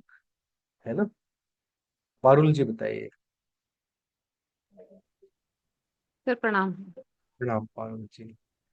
सर आज के उसमें पूछना है, आपने कहा कि विशुद्धि जो लोगों को जजमेंट करते हैं जो लोग, वो उनका विशुद्धि चक्र डिस्टर्ब होता है। तो अगर हम जब ये प्रैक्टिस करेंगे विशुद्धि चक्र के लिए भी अपन प्रैक्टिस करेंगे, अ, ओम का जाप करेंगे, तब ये हमारी जो सोच है वो अपने आप सही हो जाएगी, या हमको सोच का भी ध्यान रखना है प्रैक्टिस के साथ? देखिए, ये कर्म और भाग्य जैसी फिलोसफी है कि कर्म बढ़ाया भाग्य बढ़ा। तो मेल एम्पावरमेंट, फीमेल एम्पावरमेंट, हम जो एक्सट्रीम पे रहते हैं ना, कुछ लोग कहते हैं कि नारी बचाओ, कन्या बचाओ, स्त्री बचाओ। है ना। कुछ लोग कहते हैं नहीं पुरुषों को बचाओ, तो बेसिकली हमें एक्सट्रीम पे नहीं जाना है, जहाँ पे दो चीजों का कोऑर्डिनेशन होता है उस पे फोकस करना है। आप वो सारी प्रॉपर्टीज अपने अंदर लाना स्टार्ट करेंगे जो आपके चक्रा को डिस्टर्ब कर रहा है, प्लस क्लीनिंग करेंगे तो ये पैरेलल चलेगा। ये इसको बढ़ाएगा, वो उसको बढ़ाएगा, है ना। ऐसा नहीं है कि क्लीनिंग करने से ही अपने आप बंद हो जाएगा, क्लीनिंग करने से बंद नहीं होगा। मान लीजिए आप क्रिटिकल हैं लोगों के लिए, और उसकी वजह से आपका हार्ट चक्रा मान लीजिए 20% ब्लॉक होता है ना। 80% के लिए दूसरे कारण है, तो आप 80% से ज्यादा नहीं बढ़ पाओगे। ऐसा नहीं है कि चक्रा अपने में आपको बोलेगा क्रिटिसाइज करना बंद करो। हाँ, आपको ये फीलिंग तो आएगी कि मैंने शायद कुछ गलत किया है, मुझे ऐसा नहीं बोलना चाहिए था, या कोई वीडियो सामने आ जाएगी, या कोई आपको आदमी आके बोल देगा कि भाई आप क्यों उस आदमी के बारे में बात कर रहे हो जो आपके सामने नहीं है। आपको कहना उसके सामने का वो इम्प्रूवमेंट होएगा। या जिन चीजों को आप चेंज नहीं कर सकते, आप ना ट्रम्प को चेंज कर सकते हैं, ना आप उस व्यक्ति को चेंज कर सकते हैं जिसके बारे में आप बात कर रहे हो। कोई कंसर्न नहीं है आपका, आप क्यों क्रिटिसाइज कर रहे हो किसी को, अपनी एनर्जी लो कर रहे हो। तो ये चीजें दोनों साइड से चलेंगी। हमें ये पता भी होना चाहिए कि कौन कौन सी चीजें हैं जो इस चक्र को इम्बैलेंस करती हैं, और प्लस क्लीनिंग करेंगे तो वो चीजें कम भी होती जाएंगी। ठीक है, वो आपको physical level, mental level, pranic level तीनों पे करना है, तभी वो जाके 100% होएगा। जी, ठीक है हृदय सर। प्रीत बताएंगी। प्रणाम। नमस्कार सर। हाँ जी। सर मुझे ये पूछना है, जब हम अपने कॉन्शियसनेस को जैसे रूट चक्रा पे लेके जा रहे हैं, तो वहां पे हम रेड कलर भी इमेजिन करेंगे? वो आपको जब वहां पे ले जाया जाएगा, जैसे ओम चैंटिंग में आपको कलर नहीं करने हैं इमेजिन, मगर हम्म। सांस अंदर भर के जब मैनिफेस्टेशन कराया जाएगा तो आपको बताया जाएगा कि आपको कलर जो है कौन सा विजुलाइज करना है। ठीक है सर। Thank you sir. हाँ जी, डॉक्टर साहब बताएं। गुरुदेव, मेरे दो प्रश्न हैं। जी जी जी। एक प्रश्न तो ये है कि जैसे आपने बताया कि जैसे स्वादिष्ठान चक्र पर अगर कोई है तो वो लिख कर मैनिफेस्ट कर सकता है, ऐसे विशुद्धि चक्र पे है, कांच पर कर सकता है। तो ये जो बाकी है उनमें, जैसे मूल चक्र पे अगर कोई हो तो, और मणिपुर पर है या अनाहत पर है। आ, जब मैं स्वादिष्ठान चक्रा बोल रहा हूँ तो बेसिकली मैंने एवरेज लिया तीनों चक्रों का। ओके। तो नीचे के फिजिकल चक्राज में आप किसी पे भी हैं तो फिर वो लिखने वाला ही ज्यादा बढ़िया काम करता है, क्योंकि उसमें चीजें आ गई ना। उसमें आप देखिए कि एक तो आपकी लिखना आ गया, तो पृथ्वी तत्व इन्वॉल्व है कहीं ना कहीं, जो आप लिख रहे हो उसमें कहीं जल इन्वॉल्व है। ठीक है ना। और लाइट में ही लिखा जाता है, आप अंधेरे में खड़े होके बोल तो सकते हो मगर लिख अंधेरे में नहीं सकते। तो उसमें अग्नि तत्व भी आ गया, उसमें आपका जल तत्व भी आ गया इंक से, और कागज से आपका उसमें पृथ्वी तत्व भी आ गया। तो ज्यादातर लोग 90% लोगों की ऊर्जा तो वहीं पे होती है, तो लिखने वाला जो है वो ज्यादातर लोगों के लिए काम करता है। मगर कुछ लोग जो होते हैं वो एयर एलिमेंट वाले होते हैं, तो जब वो लिख रहे होते हैं तो फीलिंग नहीं आती, मतलब वो इस चीज से परेशान होते हैं कि अब मुझे लिखने में मजा नहीं आ रहा है। क्यों? क्योंकि एयर एलिमेंट है, पृथ्वी तत्व उनका उतना मजबूत है नहीं। कैसे पता चलता है पृथ्वी तत्व मजबूत नहीं है? ये आदमी हिसाब नहीं रख पाता। कम कमाए ज्यादा कमाए, किसी को देके अपने पैसे उधार नहीं मांग पाता, वो तो छोड़ो यार, देखते हैं। तो एक इसका सेकेंड। पृथ्वी पृथ्वी तत्व कमजोर है, तो फिर ये आदमी क्या करेगा? ये आदमी फिर इसको बोलना है, बोल के अपना करना है। या कुछ लोगों की विजुअल सेंस कैसे पता चलती है? जब दो आदमियों का झगड़ा होता है ना, तो एक आदमी क्या होता है दूसरे आदमी की आंखों में कंटिन्यूअस देखता रहता है, कंटिन्यूअस चुप रहेगा, आंखों में देखता रहेगा, उसका एक्सप्रेशन जज करता रहेगा और बहुत कम बोलेगा। मतलब इसकी विजुअल सेंस बहुत हाई है, इस आदमी को विजन बोर्ड बनाना है। एक आदमी जब आपसे झगड़ा करेगा तो वो आपकी तरफ नहीं देखेगा, आपसे तेज बोलने की कोशिश करेगा, आपकी आवाज को दबाने की कोशिश करेगा, जोर जोर से चिल्लाना। आदमी बिल्कुल सामने खड़ा है, चिल्लाएगा इतनी जोर से कि 50 मीटर खड़ा आदमी भी सुन लेगा। ऑडिटरी सेंस हाई है इस आदमी की। तीसरा आदमी क्या है कि झगड़ा हो रहा है, बात हो रही तो हाथापाई करेगा, हाथ चलाएगा, टच करने की कोशिश करेगा आदमी को। ठीक है, इस आदमी की लिखने वाली सेंस हाई है। ऐसे कर करके हमें लोगों का पता चलता है, अपना भी पता चलता है, दूसरों का भी पता चलता है। और कुछ लोग तो जो मैनिफेस्टेशन के ज्यादा बड़े जो है आपके एक्सपर्ट हैं, वो तीनों करते हैं। ठीक है, तो मेरा दूसरा जी प्रश्न ये था जी। कि मतलब मुझे पर्सनली ऐसा लगता है कि प्रकृति में जो चीजें होती है वो बहुत ही ऑर्गेनिक होती है, अपने आप ही चीजें होती रहती है स्वतः ही। तो जब हम मैनिफेस्ट करते हैं तो कहीं हम आरोपित तो नहीं कर रहे, मतलब प्रकृति पे ऐसा, इस पर कुछ प्रकाश डालिए सर। देखिए, एक रिश्ता है माँ और बच्चे का। बच्चा जब तक अबोध है वो,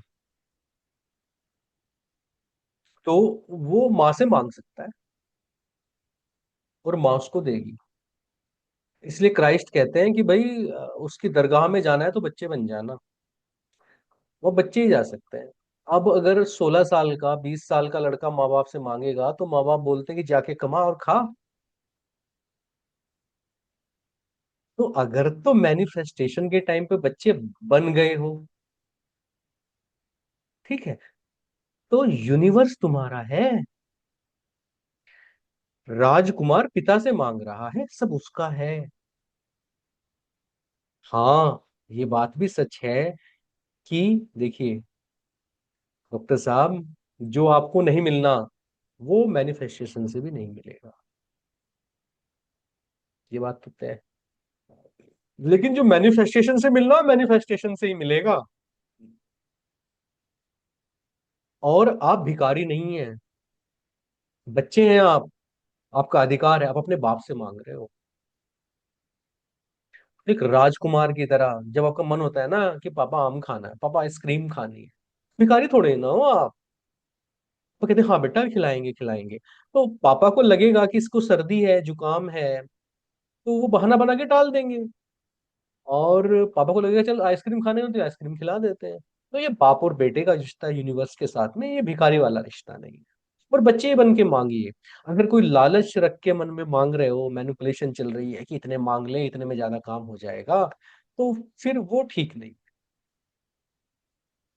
ठीक है, दूसरे मैनिफेस्टेशन में सबसे पीछे जब एक बड़ी बात ये होती है कि जब बड़ी चीज मांगता है, मान लो बच्चा माँ से कहता है मुझे 100 रुपए चाहिए, तो माँ ना हमेशा पूछती तू क्या करेगा। भाई तू स्कूल में जा रहा है, पूरी फीस जमा कर दी है, बस तेरी फिक्स है, तो 100 रुपए क्यों मांग रहा है भाई, क्या करेगा 100 रुपए का। तो वो बताता है कि नहीं मेरे बच्चे, बाकी जो लोगों ने वहां पे पार्टी की थी, फिर कैंटीन में सबको केक खिलाना है, तो मुझे 100 रुपए चाहिए। माँ को ठीक लगेगा देंगे, नहीं तो नहीं देंगे, बोलेगे नहीं बेटा मैं घर पे बुलाओ, मैं इधर बैठ के खिलाऊंगी, वो नुकसान करेगा तुमको। तो नेचर भी कई बार, यूनिवर्स जब आप उसे मैनिफेस्ट करते हो तो आपसे पूछता है कि तू क्या करेगा इसका। तो हमेशा आपके पास एक प्लान होनी चाहिए। मान लो आपने उससे 1 करोड़ रुपए मांगे एक मंथ में, तो आपके पास प्लान होनी चाहिए कि उन करोड़ से आप करोगे क्या। और उसमें भी राज की बात बताता हूँ कि यूनिवर्स में एक्सेप्ट कैसे होता है। यूनिवर्स ये देखता है कि आप जो करने वाले हो उससे उसकी कायनात का, उसकी दुनिया का, उसकी सृष्टि का कितना भला हो रहा है। आप ये कहते हो मैं ऑडी चलाऊंगा और 120 की स्पीड से चलाऊंगा और मैं लॉन्ग ड्राइव जाऊंगा और मैं हिल पे जाऊंगा, फूक रहे हो ना आप बेसिकली। तो नहीं देगा ऊपर वाला आपको, यूनिवर्स ब्लॉकेज लगा देगा, बोल दे यार कैपिंग करो इस आदमी की, दूसरे को देते हैं, इसको जरूरत नहीं है, ये तो मस्ती के मूड में है। आप कहते हो नहीं जी मैं तो एक एंटरप्रेन्योरशिप में जा रहा हूँ, एक प्रोजेक्ट लगाऊंगा कि कैसे जो आदमी हैं जिनके हाथ नहीं है उनका हाथ बना दिया जाए, किसी के लिए व्हील चेयर बना दी जाए, अंधों के लिए एक डिवाइस बना दी जाए। तो मैं तो एक कंपनी स्टार्ट कर रहा हूँ, एक काम स्टार्ट कर रहा हूँ, ये बनाऊंगा और बेचूंगा, मुझे भी कुछ पैसा मिल जाए, दूसरे का भी भला हो जाए, तो ये प्रोजेक्ट पास हो जाता है आपका यूनिवर्स के सामने। यूनिवर्स कहता है हाँ ठीक है, इससे दुनिया का भला हो रहा है, इसको दे देते हैं, वो मिल जाएगा आपको। आपके बैक ऑफ द माइंड, देखिए क्लैरिटी से बड़ी कोई पावर नहीं है, और नाड़ी शोधन से आपको क्लैरिटी आएगी। विजन से भी बड़ी चीज क्लैरिटी है। जब आप कॉन्शियस सबकॉन्शियस सुपर कॉन्शियस के लेवल पे क्लियर हो ना, बिल्कुल क्लियर हो, मैनिफेस्टेशन यूं आता है जैसे बाढ़ के अंदर पानी आता है ना, ऐसे बांध खोलने से वैसे आता है आपके अंदर। ठीक है, तो ये क्लैरिटी होनी चाहिए आपको, लास्ट तक की क्लैरिटी होनी चाहिए, कंफ्यूजन में तो देता नहीं है वो। ठीक है, तो भिखारी बन के नहीं मांगना, आपको अपने प्रोजेक्ट के लिए ग्रांट मांगनी है उससे, क्योंकि आप रिटर्न करोगे उससे भी ज्यादा। ठीक है ना।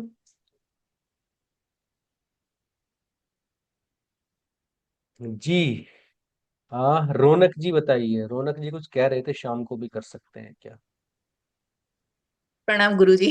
जी आज बहुत दिनों बाद आपसे बात करनी थी, आज मुलाकात हो गई। जी जी, बहुत तो बढ़िया, हाँ जी।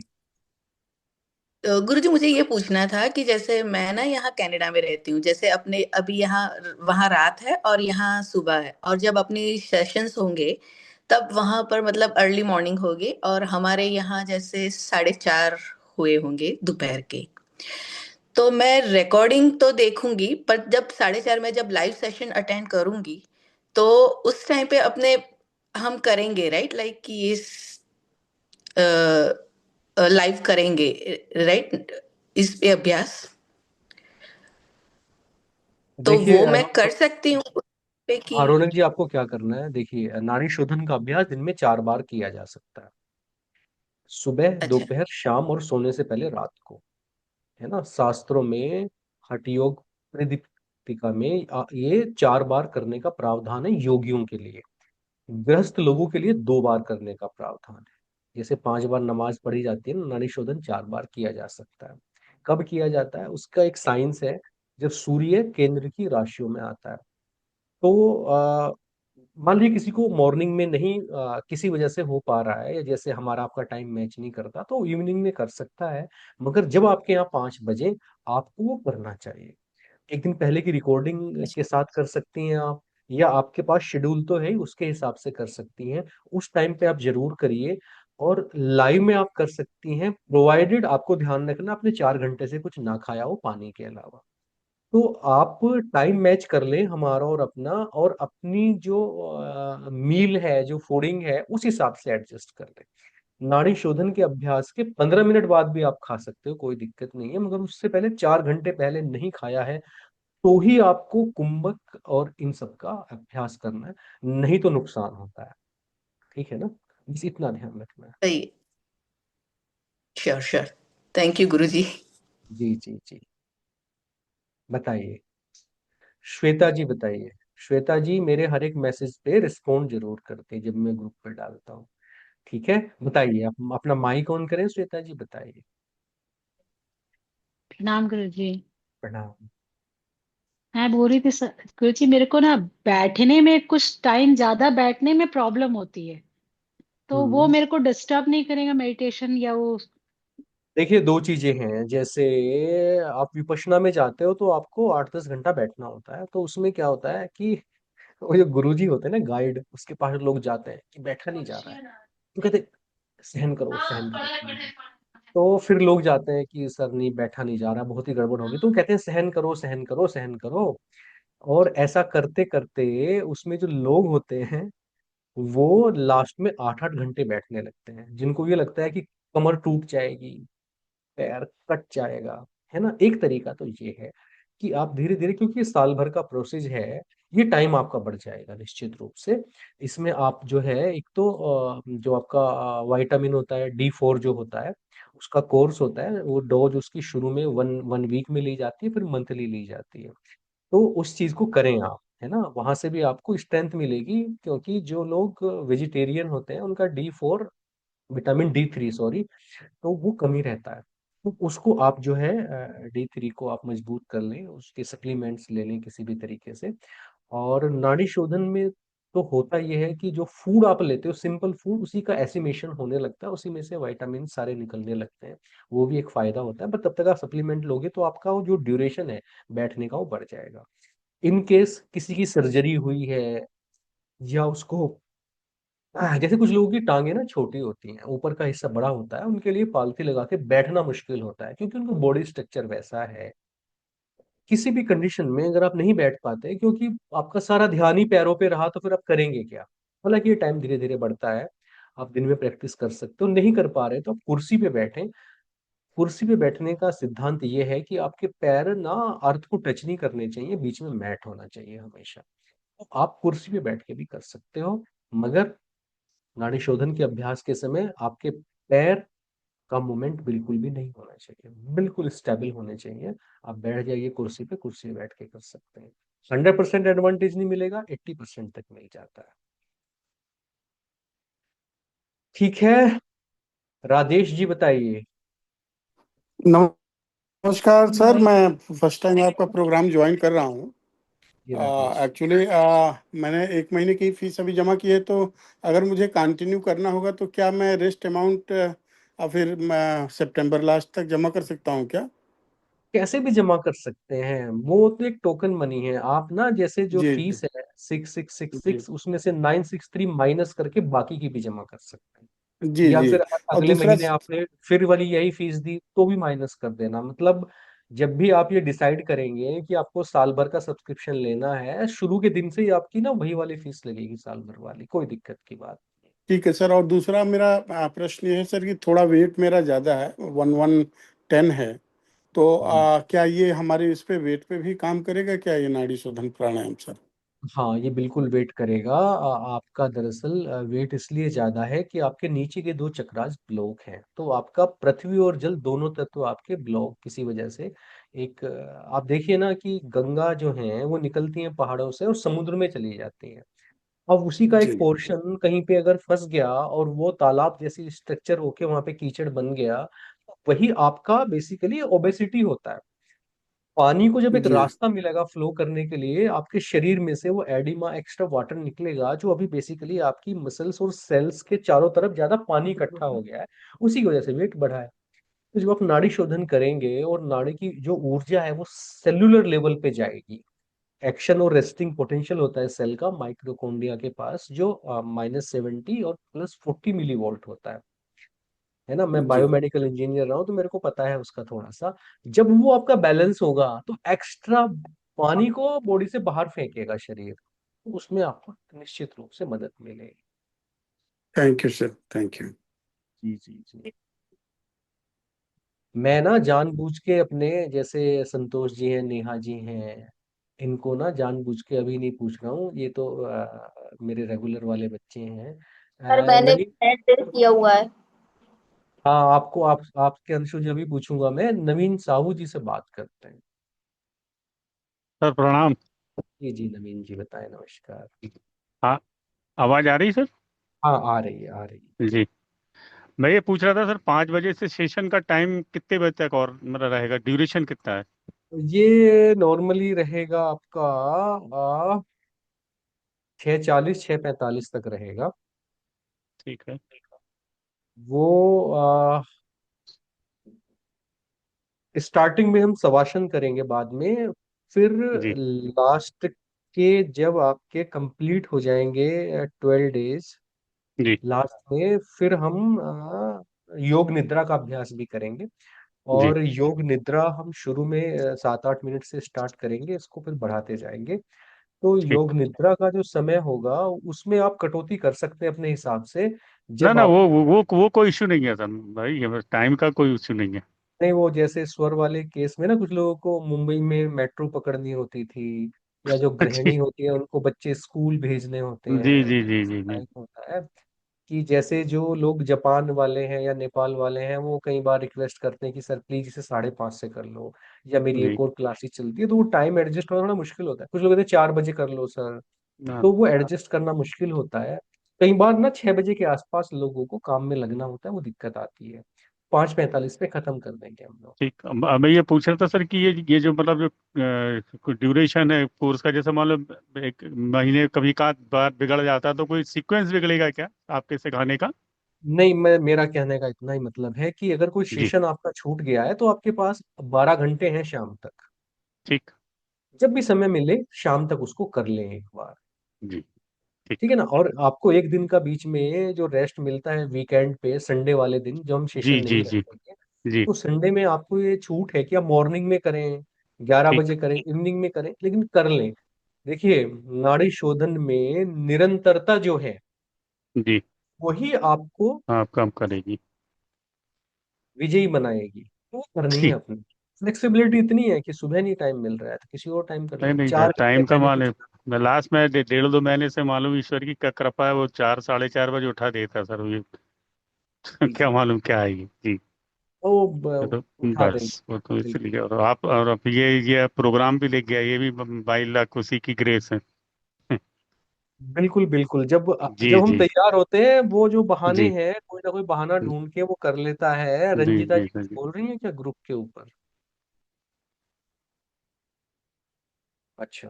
वो एनर्जी एक्सचेंज की उनसे। ओके ओके ओके ओके, हाँ जी, अब मैं बात करता हूँ अमृत जी से। सर नमस्कार। नमस्कार अमृत जी। हाँ जी। सर मेरा एक डाउट है कि जैसे मुझे कुछ हेल्थ इश्यूज है तो क्या मैं इसमें भी कर सकती हूँ? हेल्थ इशू अगर आपको पर्सनली डिस्कस करने हैं मुझसे, तो आपको पर्सनली बात कर लेना, ग्रुप में बता सकते हैं तो आप ग्रुप में बता दो, तो मैं बता हाँ दूंगा कि जी। हाँ। हाँ जी, हाँ जी। हाँ जी, वैसे आईबीडी की प्रॉब्लम है सर, कोलाइटिस। तो वो तो ठीक हो जाएगा, मूल चक्र से रिलेटेड बीमारी है आपकी। देखिए, इसको जो 3 सेकंड से स्टार्ट किया गया है, नॉर्मली जो लोग स्वर का कोर्स कर चुके हैं उसमें हम 10-12 से स्टार्ट करते थे, तो 3 से जो किया गया है वो यही है कि आप जब 36 पे जाएंगे लास्ट में, तो स्ट्रेस नहीं आना है, स्ट्रेस नहीं लेना है बिल्कुल।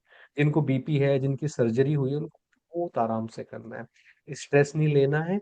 और ये धीरे धीरे धीरे धीरे बढ़ेगा आपको। 3 सेकंड तक कोई भी सांस रोक सकता है, कोई दिक्कत की बात नहीं, हम वहीं से स्टार्ट कर रहे हैं। तो इसमें कोई भी ऐसा स्ट्रेस लेने वाली बात नहीं है। आप धीरे धीरे आगे बढ़ेंगे तो शरीर को उसकी आदत हो जाती है, प्राणमय कोश को भी और इसको भी, तो दिक्कत नहीं होगी, आप ठीक हो जाएगा ये। ठीक है सर। जी अंशु जी बताइए।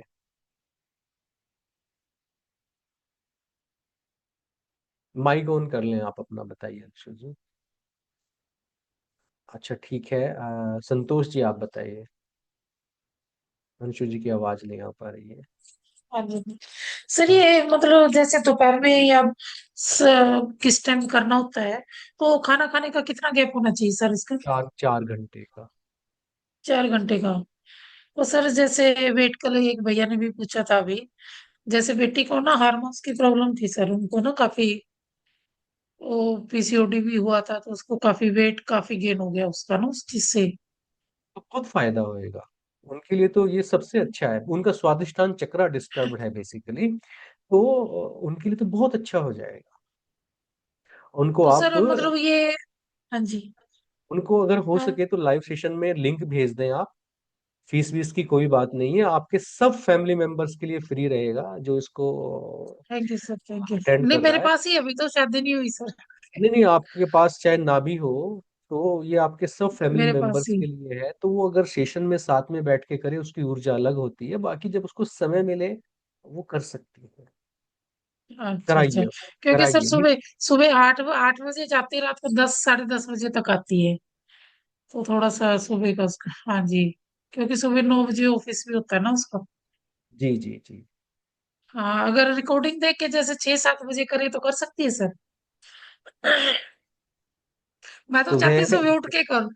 सुबह उठने से, मैं तो चाहती हूँ कि वो सुबह उठ करे करे वो। देखिए मैं एक चीज बताता हूँ आपको। जी।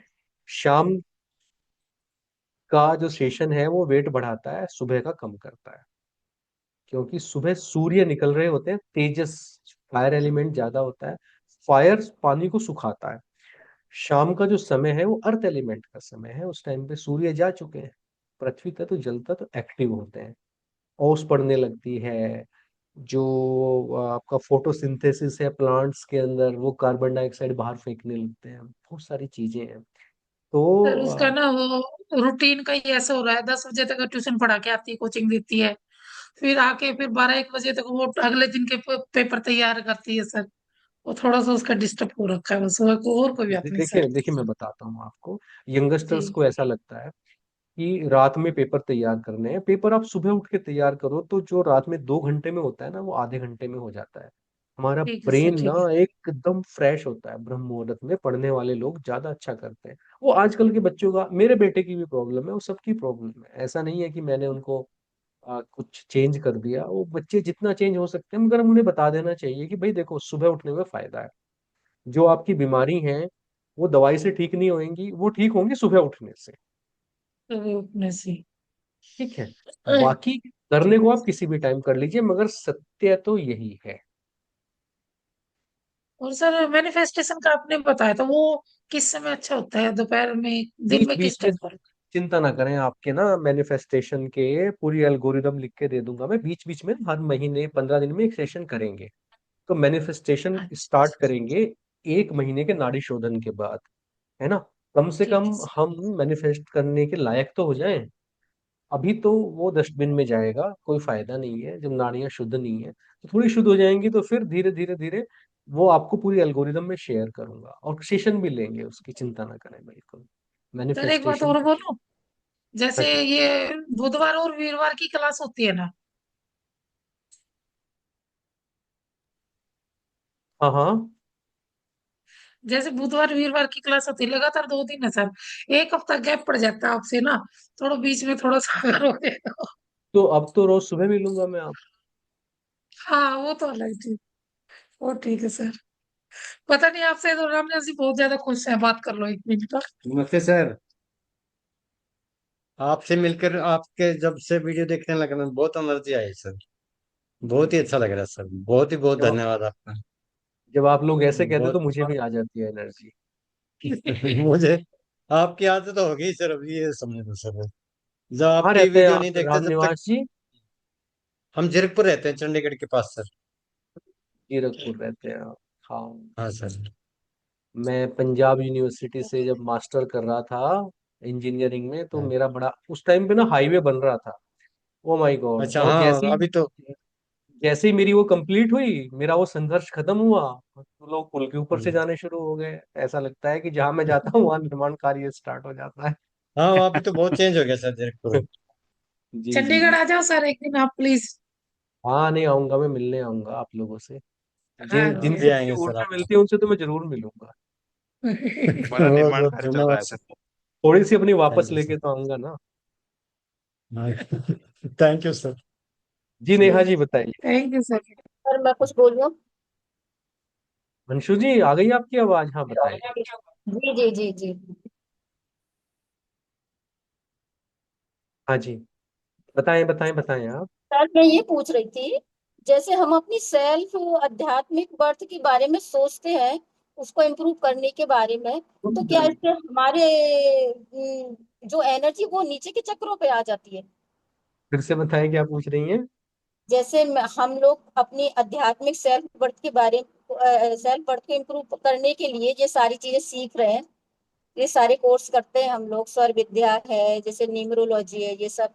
तो उसमें मतलब जैसे हम कभी जैसे किसी को कुछ बताना होता है, हमको किसी को किसी के बारे में, तो कभी कभी शब्द को उसमें शब्द नहीं मिलते वो, तो उसके बारे में फिर हम बाद में सोचते हैं कि हमको उसको ये चीज, बाद में वो शब्द में दिमाग में आते हैं कि हमको ये बताना चाहिए था उसको, लेकिन उस समय प्रेजेंट टाइम पे मेरे वो दिमाग में नहीं आता। तो क्या मतलब क्यों होता है ऐसा? क्या ये एनर्जी हमारी नीचे के चक्रों पे आ जाती है क्या? नहीं नहीं, सबके जो ब्रेन है ना उसमें रिस्पॉन्स टाइम अलग अलग होता है। तो 5 नंबर का काफी तेज होता है, 7 नंबर का उतना नहीं होता है। तो जो रिस्पॉन्स टाइम ब्रेन का है वो सबका अलग अलग होता है। आपको कम से कम आपको क्यों जवाब देना है किसी का, पहली बात तो यही है। और जब भी आप किसी को बोलें तो सोचने का टाइम ले बीच में। देखिए, नाड़ी शोधन में कुंभक का बड़ा महत्व है। कुंभक क्या होता है कि आपने सांस लिया और अंदर रोक लिया, इसका ना लॉजिक यही है। तो ये जो कुंभक है, जो रिटेंशन है, ये केवल सांस का रिटेंशन नहीं है, ये गुस्से का रिटेंशन है। कि आपको क्रोध आया तो कुंभक करना है, हम्म। 15 सेकंड नहीं बोलना है। किसी ने सवाल पूछा है तो उस 15 15 सेकंड का उसको बोलो, भाई मेरा तो टाइम ही इतना है ना। जैसे गुरुजी कहते थे, गुरु जी से मैं कह रहा था कि सतत स्मरण कैसे किया जाए। उन्होंने कहा कि कुछ भी, तुम अभी आए थे मुझे प्रणाम किया, मैंने कहा क्या प्रणाम करने से पहले तुमने मंत्र का जाप किया? मैंने कहा ना। कह रहे ना, पहले करने से पहले किया? मैंने कहा ना। कि अब किया? नहीं। तो बोल रहे जब तुम कुछ बोल रहे हो, जो तुम बोल रहे हो, प्रैक्टिस बना लो कि उससे पहले गुरु मंत्र का एक बार उच्चारण करोगे मन ही मन, तो वो पूरे दिन चलेगा आपका। आप भी जब पोज लेके बोलने लगेंगी, ठीक है, तो आपको आइडिया आएगा ऐसा। बाकी ये आपकी परेशानी नहीं है, ये मेरी भी परेशानी है। मैं भी कई बार जब कहीं पे कोई सेशन लेने जाता हूँ, तो मैं जो कागज में लिख के ले जाता हूँ 50% छूट जाता है, भूल जाता हूँ। उस टाइम पे बुढ़ापे का असर मेरे है। साथ अक्सर यही होता है सर, अक्सर होता है मेरे साथ ये, तो अभी शब्दकोश में आप, शब्द ही नहीं मिलते मुझे। तो कि मुझे आप क्या ना करना है उस पहले समय सब से हो जाती शब्दकोश बिल्कुल। भर लें, आप नाड़ी शोधन में भर लें शब्दकोश को पूरी तरीके से, और 5 साल के लिए किसी से कुछ ना बोले, छोड़ दीजिए किसी को कुछ बताना। आप केवल सुने 5 साल तक। जब आपका पूरा का पूरा भर जाएगा तो उस टाइम पे आप बताना। अभी किसी को कुछ मत बताओ, ये बोल दो भाई मैं मौन व्रत पे हूँ और मैं तो अभी सीख रही हूँ, मैं बाद में बताऊँ। अगर कुछ मतलब आपस में घर में ही कुछ लोगों को पता है होता है तो वो पूछते हैं, तो अरे बताओ बताओ, तो वो कभी कभी मुंह से निकल जाता है वो कि ऐसा होना चाहिए। फिर बाद में रियलाइज होता है कि नहीं, मुझे नहीं बताना चाहिए था ये हाँ, चीज। मत मत मत मत बताइए, मत बताइए। जो जो लोग कुछ लोग ना मैं आपको बताऊं कि कुछ लोग जो लोअर एनर्जी पे होते हैं, और आप जब ओपन अप होती है ना किसी वजह से, मान लो किसी ने तारीफ कर दी कि आजकल तो तुम बहुत अच्छी बातें बता रहे हो, और हमें ना कहीं फील हो गया कि मैं तो ना बहुत अच्छी बातें बता रहा हूँ। तो उस टाइम पे क्या होगा कि उनकी एनर्जी अगर यहाँ है और आपकी यहाँ है, तो ये मैच कर जाएंगी, दोनों इक्वल आ जाएगी। ठीक है ना? तो दोनों कहाँ जाती हैं? दोनों में से जिसकी नीचे होगी वहां दोनों की रुकती है। तो इसीलिए कभी भी किसी भी ऐसी चीज में आके कि चलो मैं ज्ञान की बातें बताऊं, आप ना सुनिए, केवल लोगों से ऑब्जर्व करिए और बोलो कि भैया हमें तो कुछ पता नहीं है, तुम बता दो। तो फिर दूसरा आदमी ज्ञानी बन जाता है तुरंत, जैसे आप समझ रहे हो। तो आप दूसरे की सुनो। आपको पता है तो भी मत कहो मुझे पहले से पता था। अरे मतलब इससे कौन सा आपको जो है भारत रत्न मिलने वाला है? आप बोलो हाँ आपने तो बहुत अच्छी बात बताई। तो बोलेगा मैंने तुम्हें परसों बताई थी, तुम्हें पता था नहीं? बोलो आज ज्यादा समझ में आई। पता तो था मगर आज ज्यादा समझ में आया। जी जी। तो नहीं, रीजनिंग और पे रहो, एक चीज कभी ना और। अपने बर्तन को मजबूत करो, भरो उसको अभी। वहां जी जी जी। और मैं सर एक चीज और आपसे कहना पूछना चाहती हूँ, जैसे हमेशा मैंने मैनिफेस्ट लिख के किया है ना, और वो मेरा पूरा भी हुआ है हमेशा, है ना। लेकिन अब मैं कुछ दिनों से ये देख रही हूँ, मैं जो लिख के मैनिफेस्ट करती हूँ वो मेरा कंप्लीट ही नहीं होता, पूरा ही नहीं होता। क्या मेरी मेरी ऊर्जा में कुछ फर्क आया है? नहीं, यूनिवर्स को लग गया कि लालची हो गई है ये। तो तो यूनिवर्स के साथ में अपने रिश्ते को मजबूत करो, थोड़ा पोज लो आप। है ना? जब बच्चा, पता है आपको, दो बच्चे होते हैं। एक बच्चा ऐसे बोलता है पापा आइसक्रीम चाहिए, पापा ये भी चाहिए, पापा वो भी दिलवा दो, पापा ये टॉय दिलवा दो। एक दूसरा बच्चा होता है जिसकी तरफ देख के माँ बाप ये बोलते हैं कि तू भी ले ले कुछ। वो चुप रहता है हमेशा। फिर जब वो रिएक्ट। बच्चा, फिर उस बच्चे ने कभी मुंह खोला कि पापा ये चाहिए, तो पापा बड़े खुश हो जाते हैं कि यार आज तो मांगा है इसने। Oh my God. तो ऐसे बच्चे बनना है हमें। तो जब जी पापा जी इंतजार करें कि यार ये कुछ मांगे तो सही, ऐसे बच्चे बनेंगे तो यूनिवर्स आपकी इच्छाएं पूरी करेगा। और जब आपको किसी की शर्ट देख के शर्ट चाहिए बच्चे को, किसी की आइसक्रीम देख के, किसी का टॉय देख के, किसी की साइकिल देख के, तो माँ बाप भी ना इग्नोर करने लगते हैं।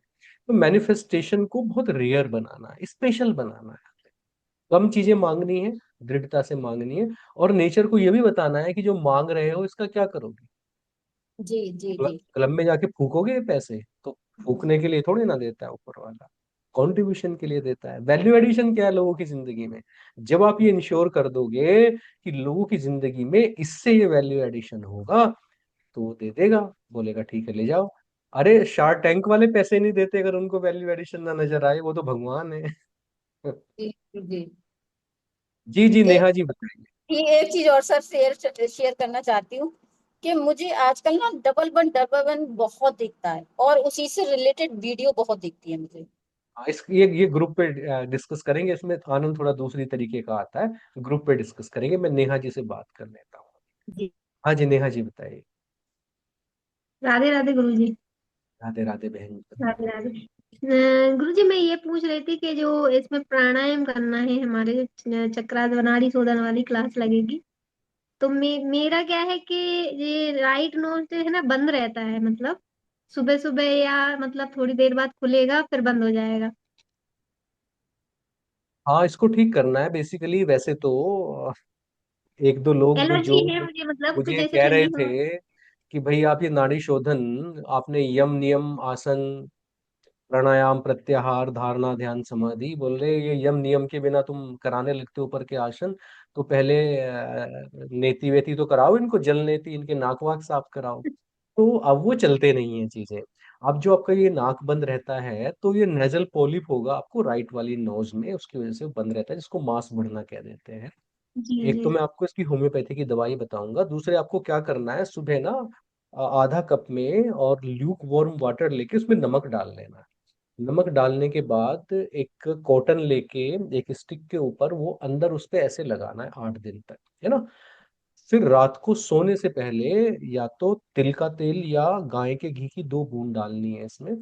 ठीक, और फिर आप नाड़ी शोधन करेंगे, 10 दिन के अंदर ब्लॉकेज बिल्कुल क्लियर हो जाएगा आपका, कोई दिक्कत जी नहीं। हाँ, फिनिश हो गया काम। यूनिवर्स ने हाँ कर दिया, क्यों चिंता कर रही हो आप। जी, वही प्राणायाम और योगा जैसे मैं करती हूँ ना, तो वो कंटिन्यू कभी कभी इसलिए नहीं हो पाता क्योंकि नाक बंद रहती तो फिर मन नहीं लगता।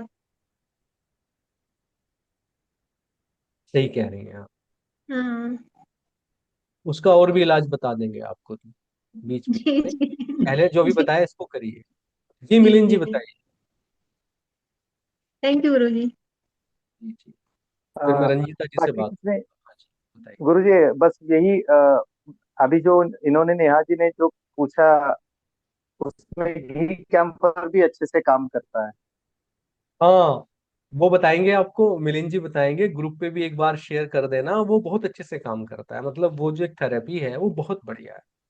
वो बीच बीच में ना, जैसे सेशन में अगर 5 मिनट का टाइम मिल गया तो सेशन में भी मिलिंद जी बीच में बता दिया करेंगे आपको, और वो डॉक्यूमेंट भी शेयर कर देंगे आपको। तो उससे इसमें बहुत आराम मिलता है, बहुत ही बढ़िया आराम मिलता है। माता जी का है एक प्रोटोकॉल, बहुत बढ़िया प्रोटोकॉल है। जी रंजिता जी बताइए। सर ये जब हम करने बैठेंगे तो किसी आसन के ऊपर, आसन बिछा के उसके ऊपर बैठना है, हाँ नाड़ी जी, शोधन। जो है अर्थ के साथ में आइसोलेशन होना चाहिए आपका। कोशिश करें कि हाथ और आपके तलवे और हथेलियां ऊपर की तरफ हो या साइड में हो, नीचे की तरफ ना हो तो बेहतर है। अगर रखना है, कुर्सी पे बैठ के कर रहे हैं तो बीच में कुछ नहीं, आसन। जमीन के ऊपर बैठ के करेंगे तो एक आसन बिछा के उसके ऊपर बैठना है या फिर डायरेक्ट जमीन पे ऐसे। नहीं, डायरेक्ट जमीन पे नहीं बैठना, आइसोलेशन में। हाँ, और पीरियड्स में भी कर सकते हैं। एक दो चीजें जब लेवल आगे बढ़ेगा तो मैं बताऊंगा जो नहीं करनी है। अभी जो अच्छा। 1 महीने वाला शेड्यूल है इसमें कुछ ऐसा नहीं है, इसको कर सकते हैं। और जिनको अभी तक ज्यादा आप जिनको ज्यादा पेन रहता है ना, 3 4 चीजें डिस्टोर्शन होते हैं कि कुछ लोगों को 8 दिन पहले पेन स्टार्ट हो जाता है, कुछ लोगों को इंटरमीडिएट होता है, कुछ लोगों को इंटरमीडिएट ब्लीडिंग बहुत ज्यादा होती है, कुछ लोगों को लास्ट में पेन होता है, कुछ लोगों का डिलेड होता है। तो अलग अलग चीजों में जब पेन बहुत ज्यादा है उस टाइम पे नहीं करना है। वक्त जब आप नाड़ी शोधन करने लगोगे तो इरेगुलरिटी खत्म हो जाती है ना। आपकी कुंडली में, गोचर में जब चंद्रमा मंगल के ऊपर से गुजरता है तो तब आपका पुरुषों में इंटरनल, महिलाओं में एक्सटर्नल साइकिल आती है। पुरुषों का भी 3 4 दिन ना थोड़ा डाउन रहता है हिसाब, बट खान पीन वातावरण की वजह से आप कुंडली देख रहे हैं कि मार्स और मून की युति हुई आपके कुंडली में, लेकिन पीरियड अलग आ रहा है। इसका मतलब ये हो गया कि नाड़ियां शुद्ध नहीं है। जैसे ही नाड़ियां शुद्ध होंगी वो आपका 28 दिन का साइकिल बिल्कुल जितने दिन के लिए होना चाहिए वो बढ़िया फर्स्ट क्लास हो जाएगा। ठीक है, तो अभी 1 महीने का जो शेड्यूल है इसमें कोई दिक्कत नहीं है।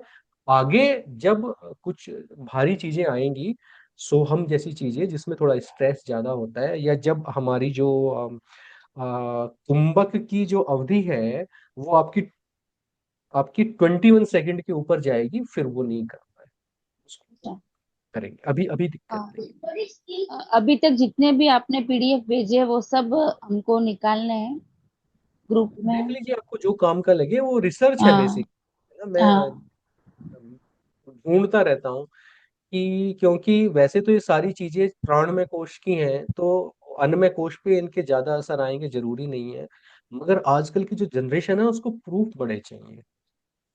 तो उसके लिए मैं निकालता रहता हूँ कहीं से, ये मेरी एक्स्ट्रा मेहनत है, इसमें ऐसा कुछ सेशन के ऊपर फर्क नहीं पड़ेगा।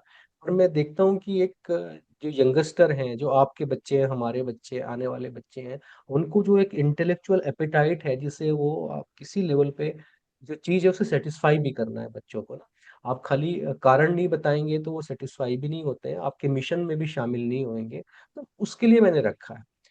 जिनको इंटेलेक्चुअली चीजों को समझना है वो उनको पढ़ सकते हैं, जिनको बच्चे बनना है वो उनको स्क्रॉल भी कर सकते हैं कि गुरुजी कैसे बताओगे, कर लेंगे, हमें क्या लेना। ठीक है सर, दोनों। मतलब बहुत बहुत खुशी हो रही है गुरुजी आज आपकी क्लास सुन के। ऐसे लग रहा है कि मतलब इतना आपके पास में ज्ञान का भंडार है, जितना हम लोग ले उतना कम है।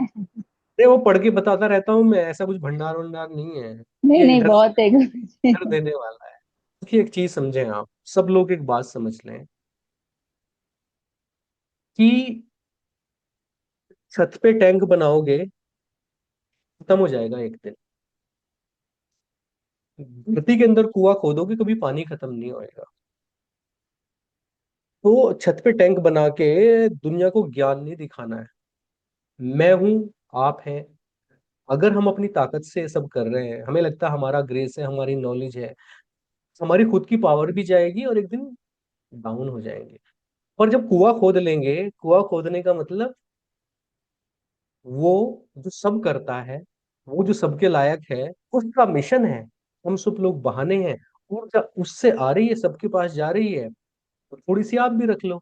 आप ये समझोगे कि मैं गुरुजी बन गया और मैं लोगों को दे दूंगा, हम नहीं दे सकते। ये ज्ञान ये सब आपका हमारा है ही नहीं। ये किसी और की प्लानिंग है, हम लोग निमित्त मात्र हैं। जब तक बने रहेंगे निमित्त मात्र, 10% हमें भी मिलता रहेगा कुएं का फायदा। इस दिन ये दिखाने के लिए कि देखो हम दुनिया को पानी बांटते हैं, ऊपर टैंक बना लिया, भैया वो तो 4 बाल्टी, 5 बाल्टी, 10 बाल्टी, 50 बाल्टी उसके बाद खाली हो जाता है। तो ये सब उसका है, ये उसकी प्लानिंग है, हम उसका हिस्सा है। वो कराना चाहता है तो करा रहा है, वो नहीं कराना चाहेगा तो रात को 12 बजे धड़कन भी बंद हो जाती है। ओशो कहते हैं कि तुम कहते हो मैं सांस लेता हूँ, बोले जिस दिन बंद हो जाएगी तो लेने की कोशिश करना, ली भी नहीं जाएगी, तो फिर तो सांस भी नहीं ले सकते। तो हम ऐसे मतलब ही आप, हैं। ये आपकी उदारता है गुरुजी। ओ माय प्रणाम गॉड। गुरुजी। चलिए ठीक है। प्रणाम गुरुजी। ठीक है, सबका बहुत बहुत धन्यवाद। और मिलते हैं हम लोग। अब बीच में कोई प्रश्न होगा तो ग्रुप पे डिस्कस कर लेंगे, नहीं तो अभी फिर हम लोग 1 तारीख की सुबह 4:55 पे मिलते हैं। ठीक है, चलिए, नमस्कार। थैंक यू वेरी मच जी, थैंक यू जी। नमस्ते। Thank you.